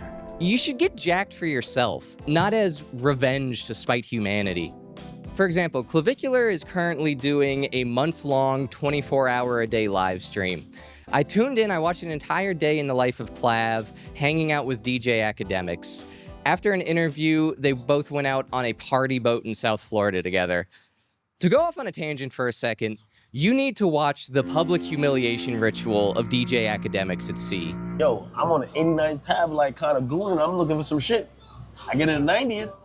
Y'all ended up kind of whacking into some crackhead porn. Now, you ever smoke crack? No, I don't even smoke at all. You smoke crack? No, you did. I did once. Why would you do that? Hey, bro, don't ask me about a lot of things I did. But why crack though? Were you with people? I used to hang around. Yeah, I used to hang around a lot of black people. So you were no. Let's not. No. Wait, Clav what? goes to the bathroom in Academics. Okay, to be fair, DJ Academics doesn't perceive that kind of white supremacist, not so subtle white supremacist sentiment as anything that is out of pocket. Presses the live chat. Yo, hold on. Am I free mogging him right now? He's hit with fat mogging, fat maxing. One guy just started chanting slave boat for the next hour. While he's getting cyberbullied by children for clout, his pitch to 20-year-old Braden is, I'm gonna wingman for you. Then once you get her, I got the pick of the litter for the friend. I'll get the baddest friend. I like it. Trickle down the economics. I get the second baddest, and then we throw the other baddest to the rest of the squad. Scrap maxing, scrounge pilled. He's a year older than Jesus Christ for reference. He starts scaring the hoes at unprecedented levels. I can't believe I'm the same age as DJ Academics. That's so crazy. Oh my God. He should have been bookmaxing. I don't know. I guess I'm good at that. That's my best friend. I knew him since third grade. Help me out, bro. Third grade. That's fired. He's my best friend. Don't play with him. My man. Academic starts where my hug at maxing so hard, he makes Clavicular hit a gym from the office. The live chat was the most interesting part of the situation. There were people just trolling and making jokes, but then some guys in there felt like we're engaging in some sort of fetish roleplay fantasy. They're saying things like, we gotta f that one. Stop talking to that slag. The mother of your children is standing right there. Come inside of her now. Stop wasting our time. Come inside and become a father / come inside her now. Stop wasting our time.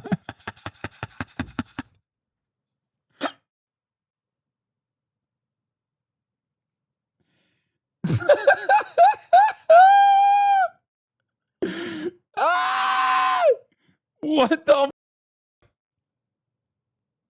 This can't be real. Oh, really? You think someone saying that in the Clavicular kick stream chat is far-fetched? Really? Some of y'all spent too much time in here and nowhere else on the internet, it seems. 9 o'clock. They were trying to pilot him like some cuckold avatar. Cream pie Poland. If the conversation went on too long, they would yell, "Kill her." Kill me. Do you just want to throw me off the edge? Kind of. Yeah? Yeah, kind Why of. are you saying do it? Well, you would survive. Yeah, it'd be a clip. We gotta throw Grace off. Yeah. She didn't help us. I don't know if I would survive in this. How? Can't swim? At the drop of a Is it still funny? No, that went dark. I mean, it comes from the same place, ironically enough. But that went hella dark and disturbing. But also, it's like, God, I'm not blaming the woman in this. Okay, I'm not. But also, I am a little bit, where it's like, why do you put yourself through that just to get a crumb of clout? Like, what the? Like, obviously, 99% of the blame is on, Clavicular, the community he's created. But also, that is genuinely something that I will never understand, where, like, people just have no, self-respect, where they'll just be like, nah. Damn, they've never chatted in here.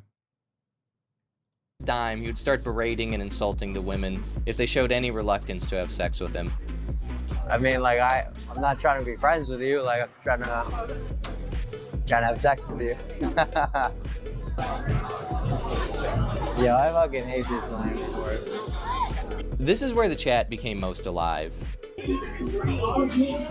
Bro, is this why Gen Z ain't? Is that what it is? Because that's how they communicate with one another. They're like, I'm just trying to f you right now. I'm just gonna get a f on. That's right. It didn't work.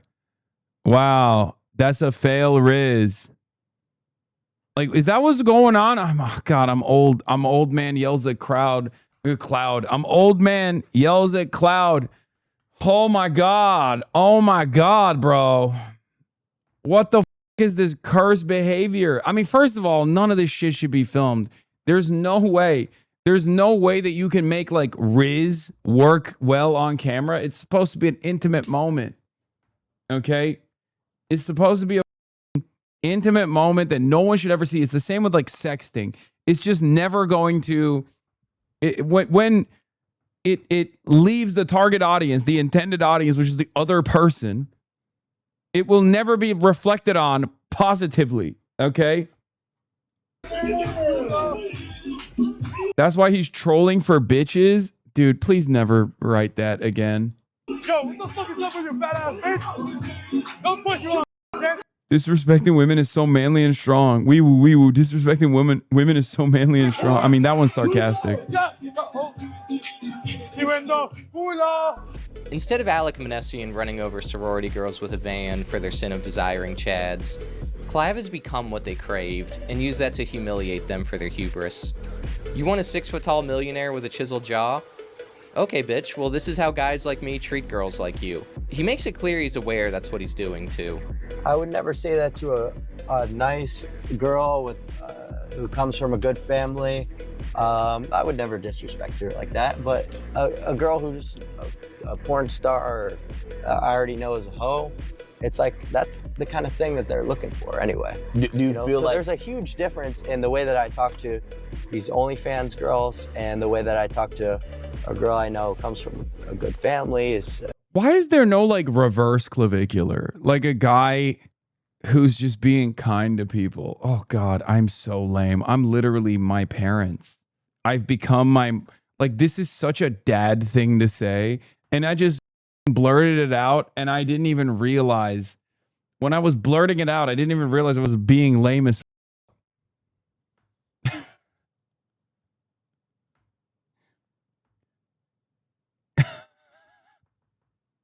I'm unk. I'm unk, man. I'm straight up unk.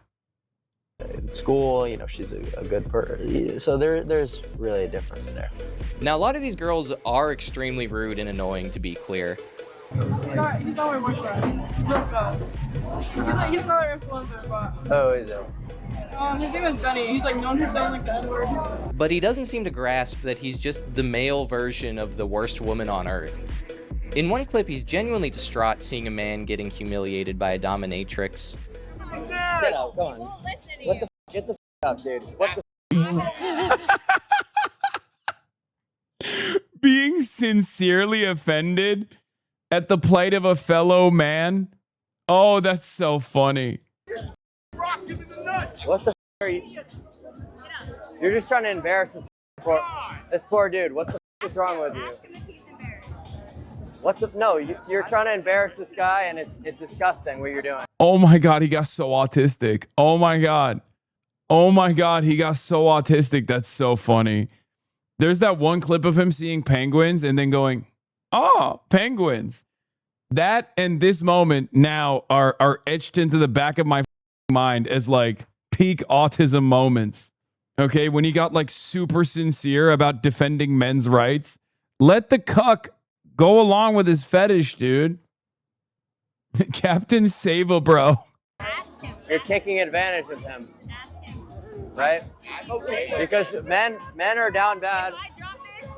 No. Men are down bad, and you know that, and you're trying to take advantage of them. This guy could be reverse clav. But then he brings his 18-year-old girlfriend on Fresh and Fit and attacks her for not cooking and cleaning enough while he tries to f other girls in front of her. All right, Lily, how old are you? I'm 18. Where are you from? I'm from Ohio. Originally. To be honest, I'd rather ask Clav these questions. I don't like to talk to women if their boyfriend's in a room. I don't want to sound like an asshole, but like I look at it like, the man respect. is the owner, so it's like we talk to the man. He's in charge. We don't care to really talk to the woman if the man's in the room. Sick. Yeah. Very respect. Sick, dude. That's alpha, dude. That's so sick. I love being like this. It's performative misogyny. Like, I genuinely look. Do I think that the Fresh and Fit guys are violently misogynistic? Absolutely. Do I think that they are hamming it up as a performance? Yes. I'm telling you, like, there is, how there's America A, America B, there's the Internet B. Okay? And on Internet B, this behavior is like the beacon of masculinity. It's like championed as though you're vice signaling. You're vice signaling, and a lot of insecure losers on the internet sit around and watch this shit and go, yo, this guy's dominating women in the ways that I wish I could, He's doing it for us. And these guys don't even realize, like, oh, we're owning the women. We went from owning the libs to owning women in general. And they don't realize they become unbelievably repulsive individuals in the process. Yeah, dude, that's just kind of how it is, man. I think women are to be seen and not be heard, to be honest with you. So she's 18 in Ohio. What does she do? Yeah. She works for you, basically. Nothing. The fact that you sleep until 3 in the afternoon. You don't iron my clothes. It's like I've had frozen waffles every single meal for the past month basically, and I haven't had a single hot plate of food made for me. When I sent you out, that's not true. like it's unbelievable. You It's unbelievable. do get food Unbelievable. made from me. I know there's things that need to be done, but I want to make it very clear that I love him to death. I would do literally anything for him. Nobody's doubting that. You just need to be more useful. I would go to the ends of the earth to do whatever he needs. But okay, just go to the ends of a microwave, heat up some waffles properly, and then it'll be good, bro. Go to the ends of the kitchen and heat up the food. I just want to say, but I just started a relationship like this. I've never been in a relationship where I like didn't have to work and that I had to just stay home and do all the house duties and things like that. I'm 18 years old. Like my mom has always done. My mom has always done everything for me. Like I'm learning. Right. I'm learning, and I don't really think I'm doing too bad. No, okay. Listen, like I'm not trying to be a dickhead, but you know when the chores aren't done, when my laundry isn't, my bed isn't made. It is. It's just like I lose. Stop interrupting him when he speaks, please. I lose attraction. It's like I can't even get my dick hard. Like that's so disrespectful. So disrespectful. Yeah, you can't get your dick hard because you've abused steroids at such an early age that you're infertile. Like that's probably got something to do with it. You're being disrespectful right now. That was pretty But it is. Everything You're like is being done. actually disgusting right now. No, it's not no, even it's crazy. disrespectful. You're being nasty It's and crazy. gross. It's crazy. It's actually Everything crazy. is done. That house doesn't have a speck on it. No. Also, you're a gay man. Just berating her. Probably. Let her be. I mean, he is also a gay man. I think that probably has that probably plays a role in it. One of the girlfriends, but have another one that like does chores and shit. You know in your heart that you want to go out with me, you want to ditch your boyfriend, and you would go on the date. You're just being performative for the podcast. I know women. I don't do that in front of your I would girlfriend. never want to go out with a guy like you that treats his. This is your. She's a beautiful like, woman. You're fucking Like, gross. I'm talking about, yo, this is what I mean. When I say, literally, I talk about this in my book. Why I'm deserved less. Men are pussies, dude. Holy shit. If you guys keep as a. Hold on. Shut up for 2 seconds. Literally, I talk about this shit in my book, chat. At the end of the night, he goes back to his condo and watches clips of himself from the evening, while he makes the girl he brought home watch him lose money during his contractually obligated gambling session on stake. The verticality of his business model is he then offers a course to teach boys how to live this type of life through his beauty routine for $50 a month. Premium subscribers can submit videos of themselves for him to analyze and recommend different routines or surgeries to optimize their facial harmony score. What can I help you with? When I see shit like this popping off on the internet, I do realize why I have so many haters, though, because everything is geared towards creating and monetizing deep pits of despair. Like, of course, all these hate me. Like everything I tell you in my community and those who like encounter my content is to do the exact opposite of this shit and like run away from this stuff to the best of your ability. I don't sell you nothing. I tell you, not to fall for scams. And then I think like there's a level of anger that some of these other people have, even if they're not like, even if they don't give a shit about what I'm doing or my politics or whatever, but they're like, well, I wanted to do a gambling sponsorship. Why the fuck are you talking shit about gambling sponsorships? Fuck you. You know?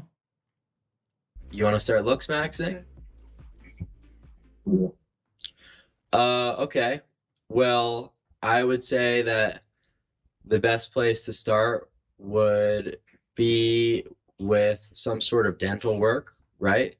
You've got a little, I can't really see from this far away, but if you want to show me a little bit closer, we're either looking at some sort of dental gap between your front teeth or a missing tooth. So you're going to have to tell me which it is.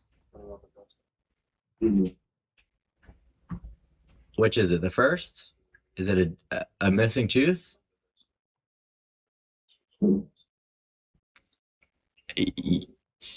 Yeah. Okay. All right. Well, fair enough. I appreciate you tuning in. So thanks, man. Hopefully you get that situated, and keep up with the looks maxing, my guy. He's clarified he doesn't recommend some of his more extreme procedures. I always speak out against recreational drugs. I say, hey guys, don't do stimulants, don't do this, don't do that. But I do it. So it's like, yeah, in a way I'm promoting it, but I'm in any unironic context, I'm speaking out against it. So It's kind of difficult, but like I really just don't want the responsibility. It's not that different from a consultation with a normal personal trainer. It just has an extreme marketing campaign. In the morning, if my jaw looks a little weak, I'll bone smash to strengthen it. My ratios are nearly golden now. Testosterone for muscle growth. Disoxin as for appetite suppression. Glutathione for health maxing. What? Peptides for anti-aging and collagen production. Melanotan 2 for healthy glow. IGF-1, HGH. Retatrutide for leanness. Don't us boys all do this? Yeah. Yeah, no, I'm doing all the maxing. I'm maxing and relaxing. Stridin minoxidil for hair maintenance. When it comes to ascension, if you're not looks maxing, you're not life maxing. And if you're not life maxing, you're nothing.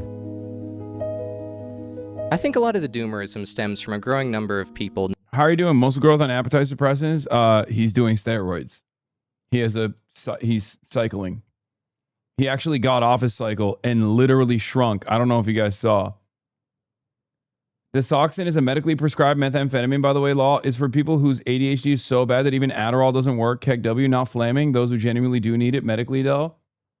Me, a trans man, realizing that transitioning is just looks maxing. No, I've said this already. Clavicular is male to male trans. Like straight up. It's gender affirming, a lot of the stuff that he's doing, but it's like, you know, beyond what you would probably perceive as like normal levels of gender affirming care. Disoxin is way stronger than Addy, much more addictive, faster, activing. Not engaging with fiction anymore. I'm seeing more and more people saying. Yeah, and now he's the first male to male. He was the first male to male transitioner, and now he's the first male to male detransitioner. Actually, literally, he's doing. I mean, he's still doing like surgery and stuff, but he's like gotten off some of the hormone therapy, and now he just looks so tiny. But they don't watch movies, television, or even listen to music. For any of the pop culture references, we are you don't know 20 years shows. apart. No. You don't know any shows or movies? Not like anything before like 2015. So like Transformers like 4? No. No. I think that's... What's your favorite movie? Favorite movie? Oh, that's a tough Or it's one. Jester. Movies are Jester? Movies are kind of Jester. This guy, Titanic. Have you seen it? No. Haven't seen it at all. Wasn't that before I was born? Was it not? Well, it sank before you were born. Yeah. No, but the movie is it? God, yes, it was. Yeah. Okay. So like, what? Fucking do I go back? Transformers 3? What do you want me to say? I'm trying to go through like the big famous movies. Yeah. You never had any interest in like understanding. They're what... just a waste of time, bro. Before I was 18, I didn't even listen to music because I was like, this is a waste of time. I should watch more YouTube. If you want to make great YouTube videos, you just watch YouTube. You gotta be a little retarded. So like a 2-hour movie, you can watch like. I'm so fortunate, dude. Like actually, because in some ways I do something not dissimilar to these guys, to both Mr. Beast and Clavicular, but my autism did not lead me down the path where I want to like min-max and looks max or algo max like Mr. Beast is doing. And instead I've decided to go on a journey of socialism maxing, which actually does force me to go outside, be normal, be around other people, interact with them.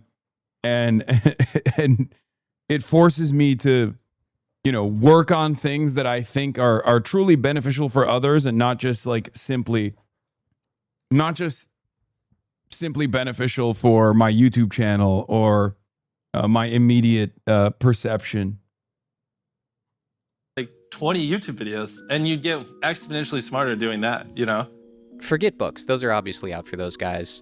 But they're forgoing literally any form of narrative fiction or storytelling. They'll just play competitive video games like League of Legends or Counter-Strike to occupy their body, while streamers and podcasts occupy their mind. It makes sense people would embrace superficiality if that's how they're interfacing with society. People are more informed than ever about how things are, but aren't very interested in how things could or should be. People used to watch shows like Malcolm in the Middle that would showcase the lives of lower middle-class families, and while it was over the top and hilarious, it would teach life lessons. Not by being self-righteous and preachy with pious characters always doing the right thing. It was the exact opposite. They would make the wrong decision constantly, and the show would explore the ramifications of that. If they pulled off some immoral scheme to get what they want, they would have to live with the consequences of all the people they hurt and betrayed. Usually with the realization that what they wanted ultimately doesn't make them happy, and it wasn't worth how it made the people around them feel. It would pose questions such as, how should you treat your friends? Why is it bad to cheat? When should you be honest with your parents? Outside of fiction, if somebody starts talking about morality, they'll be hit with gay. These things don't register from somebody lecturing you about it with finger wagging and statistics. They need to tell a story so you could put yourself in somebody else's shoes. Especially for boys who don't really develop empathy until they do mushrooms or reach their mid-20s. Like, your teacher could tell you not to make fun of the slow kid all they want. We even had to have an assembly one time in elementary school with everybody except for Kevin, because people were going up to him and lying that there was going to be a fire drill, and he would freak out and throw his desk at the window to try to break it and escape. And it was like ding-dong ditching, where people would dare each other. Do you wear glasses or are they performative? Yeah, no, I wear glasses performatively. Yeah, I can see. I have perfect vision. I just chose to vision cuck myself. I'm glass maxing. To whisper it to him just to see him get wound up. It still didn't get through to everybody after the assembly to cut it out. But then we would read Flowers for Algernon in class, and they would spend hours reading journal entries from the perspective of somebody with special needs getting picked on, and it would break their heart for it to really sink in what they were doing to this guy, and how he had processed that noise differently than everybody else, and how overstimulating it was, and it had this all-encompassing fear take over in him. Fiction takes you outside of yourself, and if that's entirely missing from your life, I think things can start to veer towards sociopathy. You said something that I love and I never hear other entrepreneurs talk about, but I think it's super important, that you don't have any levels of introspection. Yes, zero, as little as possible. Why? Oh my God. Well, Mark Andreessen in Tech Ghoul is obviously egg maxing. He's also villain maxing. Move forward. I just will never understand how someone's head could be formed this way. Go. Yeah, I don't know. I found people who dwell on the past get stuck in the past. It's a real problem, and it's a problem at work, and it's a problem at home. And you probably know, if you go back before 100 years ago, it never would have occurred. I didn't know you would see that. I Like, can't because I'm wearing glasses. I mean, just all of the modern conceptions around introspection and therapy and all the things that kind of result from that are, kind of manufactured in the 1910s, 1920s. Say more about that. Great men of history didn't sit around doing this stuff at any prior point, right? It's all a new construct. In the 1910s, 1920s, Freud and all that entire movement, and kind of turned all that inward and basically said, okay, now we need to basically second guess the individual. We need to criticize the individual. The individual needs to self-criticize, right? The individual needs to feel guilt, needs to look backwards, needs to, dwell on the past. It never resonated with me. They're not seeing American culture mediated through the optimism of somebody like Norman Lear, who would critique the problems in society and parody the culture, while also offering prescriptive solutions, which is to love your family and friends and try to operate honestly as a citizen in a dishonest world. The younger generation are starting to see society for what it is, rather than the mythology and idealism cultivated through art. The objective rationality of a weaponized autist embodied a parody that created a hyper-real mirror of society. When laid threadbare, their diagnosis of the culture is accurate. The good guy is rarely rewarded for their virtue. There's no justice. It just comes down to raw power. Everybody at some point is blue-pilled, or what I like to call it, Disney pill. Now, why do I call it the Disney pill? Prince that falls in love with this maid, or this girl that's extremely sweet, and there's butterflies in the air, and she falls in love with him despite him being Bro, homeless. I swear this guy was like not as insane back in the day. Because I would see his clips every now and then, and I always thought it was like kind of strange that he was like so obsessed with the way people look and stuff. But I'm not joking when I say I think his starting point was more so about like self-improvement. And then it just completely fucking took this insane turn. And now he's just like this red pill fucking weirdo guy. Every single one of these guys turns into this demon. But because of their kind-heartedness, they're given, a chance at romance and a beautiful life with a significant other. It doesn't matter what you look like, how tall you are, or anything about you, as long as you're a kind-hearted person, you've got a great shot at life. But sadly, that's not the case. The world just doesn't work that way. And then your little scrawny body starts to flare about on the internet. And you start to question reality. You start to question... Oh my God, yeah. Yeah, that's how you find out about the real world. I mean, that's a big revelation right there. You start encountering the real world on the internet. Yeah, well, now we know why he is the way he is. Yourself. The blue pill is just hope. It's cope. It's not real. It's the red pill. You start seeing red because you realize society doesn't work like blue pill wants it to. And as a result, you stumble on red pill content. So when you take the red pill, what's happening is you're simply waking up from this simulation. You're accepting that the world isn't equal. You're breaking away from this mainstream blue pill narrative, and you're accepting that, hey, other factors do matter. The whole idea and concept is that a man How come nobody told him not to just wear the vest? You can't be raw dogging the vest, man. You gotta put the suit jacket on. Because if you're just raw dogging the vest without the suit jacket, you just kind of look like a host of a restaurant. You know? built. I'm suit maxing, so this is the type of shit that I care about nowadays. You know what I mean? He has to earn his value. It also introduces the idea of hypergamy.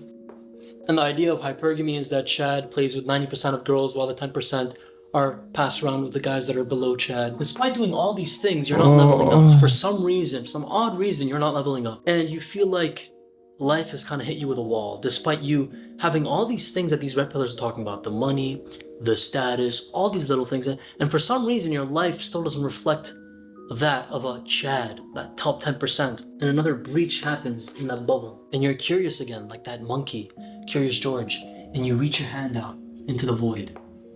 Enter. The black pill is this. It's a fatalistic acceptance that certain hierarchies are biological, immutable, and rigged against you from birth, and that your value as a man, especially your romantic and social value, is largely determined by factors outside of your control. Your height, your bone structure, your genetic lottery ticket. And once you see the world through that lens, once you accept this framing as truth, everything else starts to feel like coke. You're saying that humans need fantasies to make life bearable? No. Humans need fantasy to be human.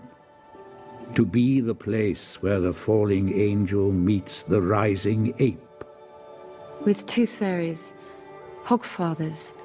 Yes. That's practice. You have to start out learning to believe the little lies. So we can believe the big ones? Yes. Justice, mercy, duty, that sort of thing. They're not the same at all. You think so? Then take the universe and grind it down to the finest powder and sieve it through the finest sieve, and then show me one atom of justice, one molecule of mercy. And yet, you try to act as if there is some ideal order in the world, as if there is some rightness in the universe by which it may be judged. But people have got to believe that. What's the point? You need to believe in things that aren't true. How else can they become?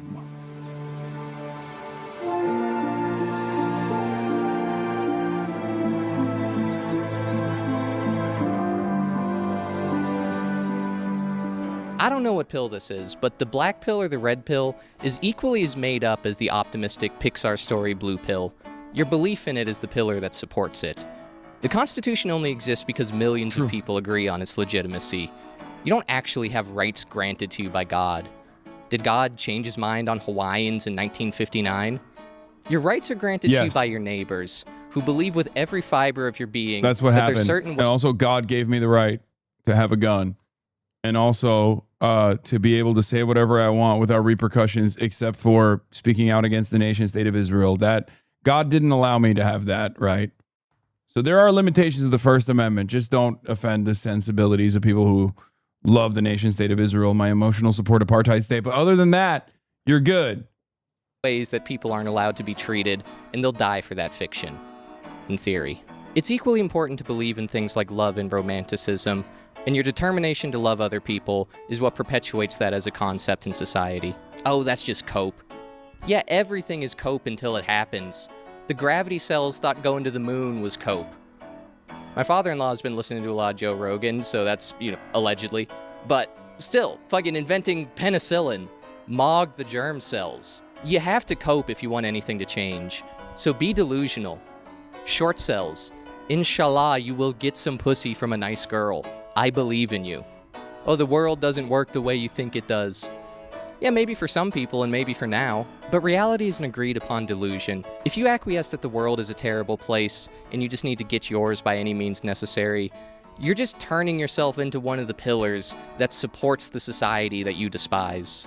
You get cheated on once and decide all women He is are rabid Hasanabi head, whores, yes. and treat every girl going forward as What do you mean, bro? Might be Hasanabi head. He is. He literally said you get writing credit in the comments.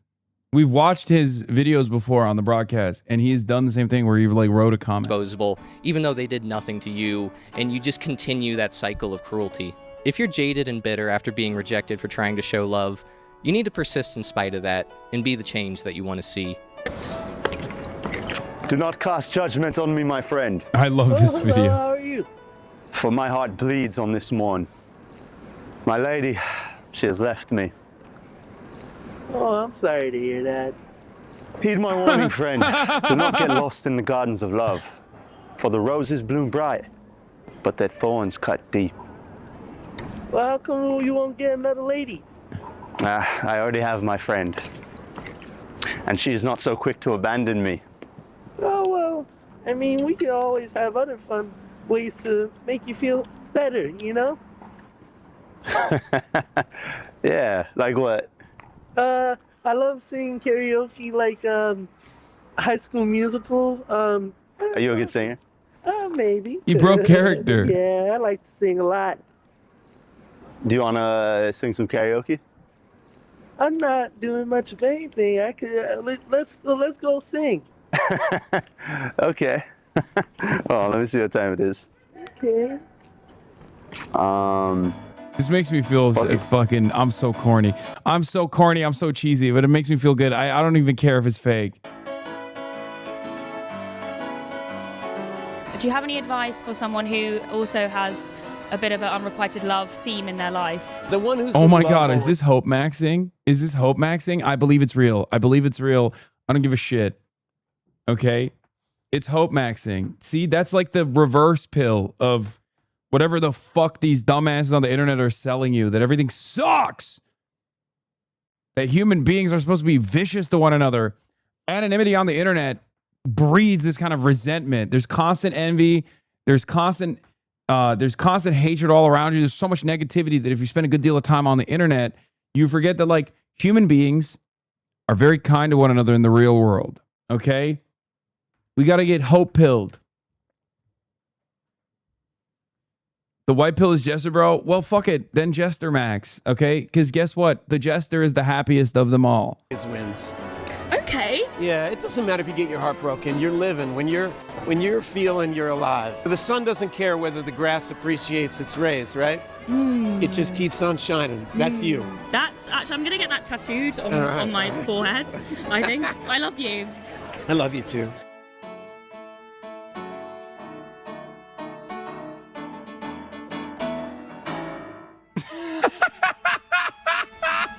The Looksmaxers are a Greek tragedy.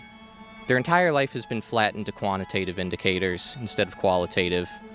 The hyper-capitalist framing of life has reduced basic human experiences like love, friendship, and self-worth to be nothing more than variables in an equation.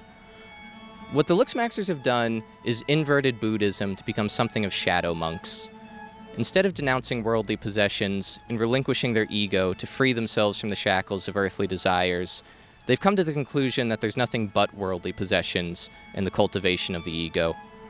They're aiming for an unreachable goal. There's always a bigger Mogger out there. They're trying to get as close to godliness or Ziz or Matt Bomer as possible, but they'll never reach it.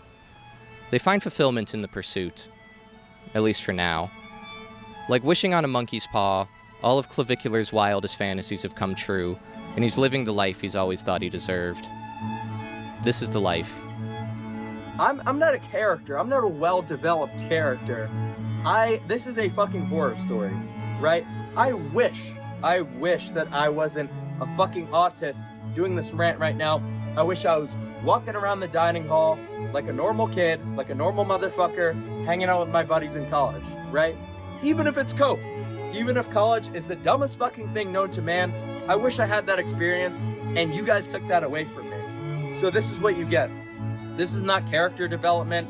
This is a horror story. Clavicular seems super unhappy all the time. Yes, dude, because he is literally trapped in a nightmare of his own creation.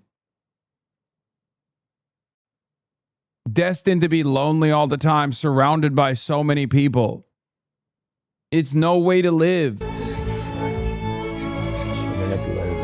I keep falling for it. Can't do this. Wait, isn't he crying like this because his burger had a slice of cheese in it or something? Can't do this. It's like... Yeah, I live with my grandma. Yeah, I miss living with my grandma. I like hanging out with my grandma more than I like hanging out with anyone these days, to be honest with you. I'd rather go back to that. Since you've been out for 40 hours straight. Dad, I'm trying to make money. Who cares about money? I don't give a thing money. I care about money. Alright, well, if you die making it, I'm just gonna spend it. Well, just concerned about you, that's all. No, man, you're not concerned about me. You're threatening me. I'm not gonna sit here and fucking complain about it any more than I am right now, right? So that experience got taken away from me by you guys, right? That experience, I will never get to live the normal life of a normal kid. So I'm gonna try to mug. I'm gonna try to basically do whatever the fuck it takes to mug. When have you last take blues? Yeah, he OD'd on camera here. It was crazy. You want natty? You want natty? It's so crazy because the dude's first reaction is, do you want an Addy? You want an addy? Rescue 16 trying to respond. 20-year-old male overdose. Rescue 16 trying to respond. 20-year-old male overdose. This is what it was all for. As long as people keep watching and he keeps gambling on stake, Ed Craven will keep signing his checks until he's in jail or overdoses again. He's still only 20, so now that he's reached the mountaintop, once he has time to stop and take a deep breath, he might have a clearer view of what's really important in life. Did you ever think that maybe there's more to life than being really, really, really ridiculously good looking? Do you know what you used to be? No, Alec, what did I used to be? Nice. You used to be nice, didn't you not? And now, do you know what you are? Not nice. Oh, well. I suppose niceness doesn't last then, does it, Porrick? Well, I tell you something that does last. What? And don't say something stupid like mogging. Mogging lasts. Knew it! And fame lasts. And money lasts. So does niceness. Do you know who we remember for how nice they was in the 21st century? Who? Absolutely no one. Yet we all remember Tamagas of the time. Everyone to a man knows Clavicular's name. I don't, so there goes that theory. And anyway, we're talking about niceness. Not what's his name. And my mommy, she was nice. I remember her. And my daddy, he was nice. I remember him. And my sister, she's nice. I'll remember her forever. I'll remember her. And who else will? Who else will what? Remember Siobhan and your niceness. No one will. In 50 years' time, no one will remember any of us. Yet the mogging of a man that lived 2 centuries ago. Yet, she says like he's English. Oh, I don't give a feck about Clavicular. No, androgenic. Are any of them funny name feckers? I'm Porrick Sullivan. And I'm nice. So you'd rather be friends with this fella, would you? Fella who beats his own son black and blue every night that he's not fiddling with him. I never told him that, Daddy. He's just drunk now. You used to be nice. Did you never used to be? Oh, God. Maybe you never used to be.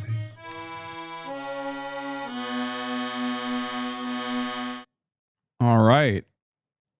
Are you an anti-Semite?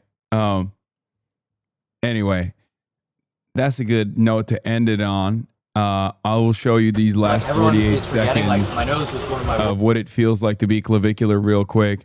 Clavicular got upset So and you had know to it's leave former. after being called gay for getting plastic surgery. He knows matching. You know what I'm saying? He said he wanna look like a bad bitch. He wanna look like a bad bitch. What do you think about plastic surgery? Your nose fishing. Gay?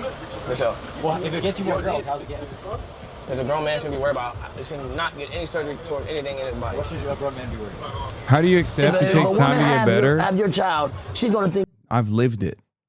That's it. their nose is gonna be like that, and it's not.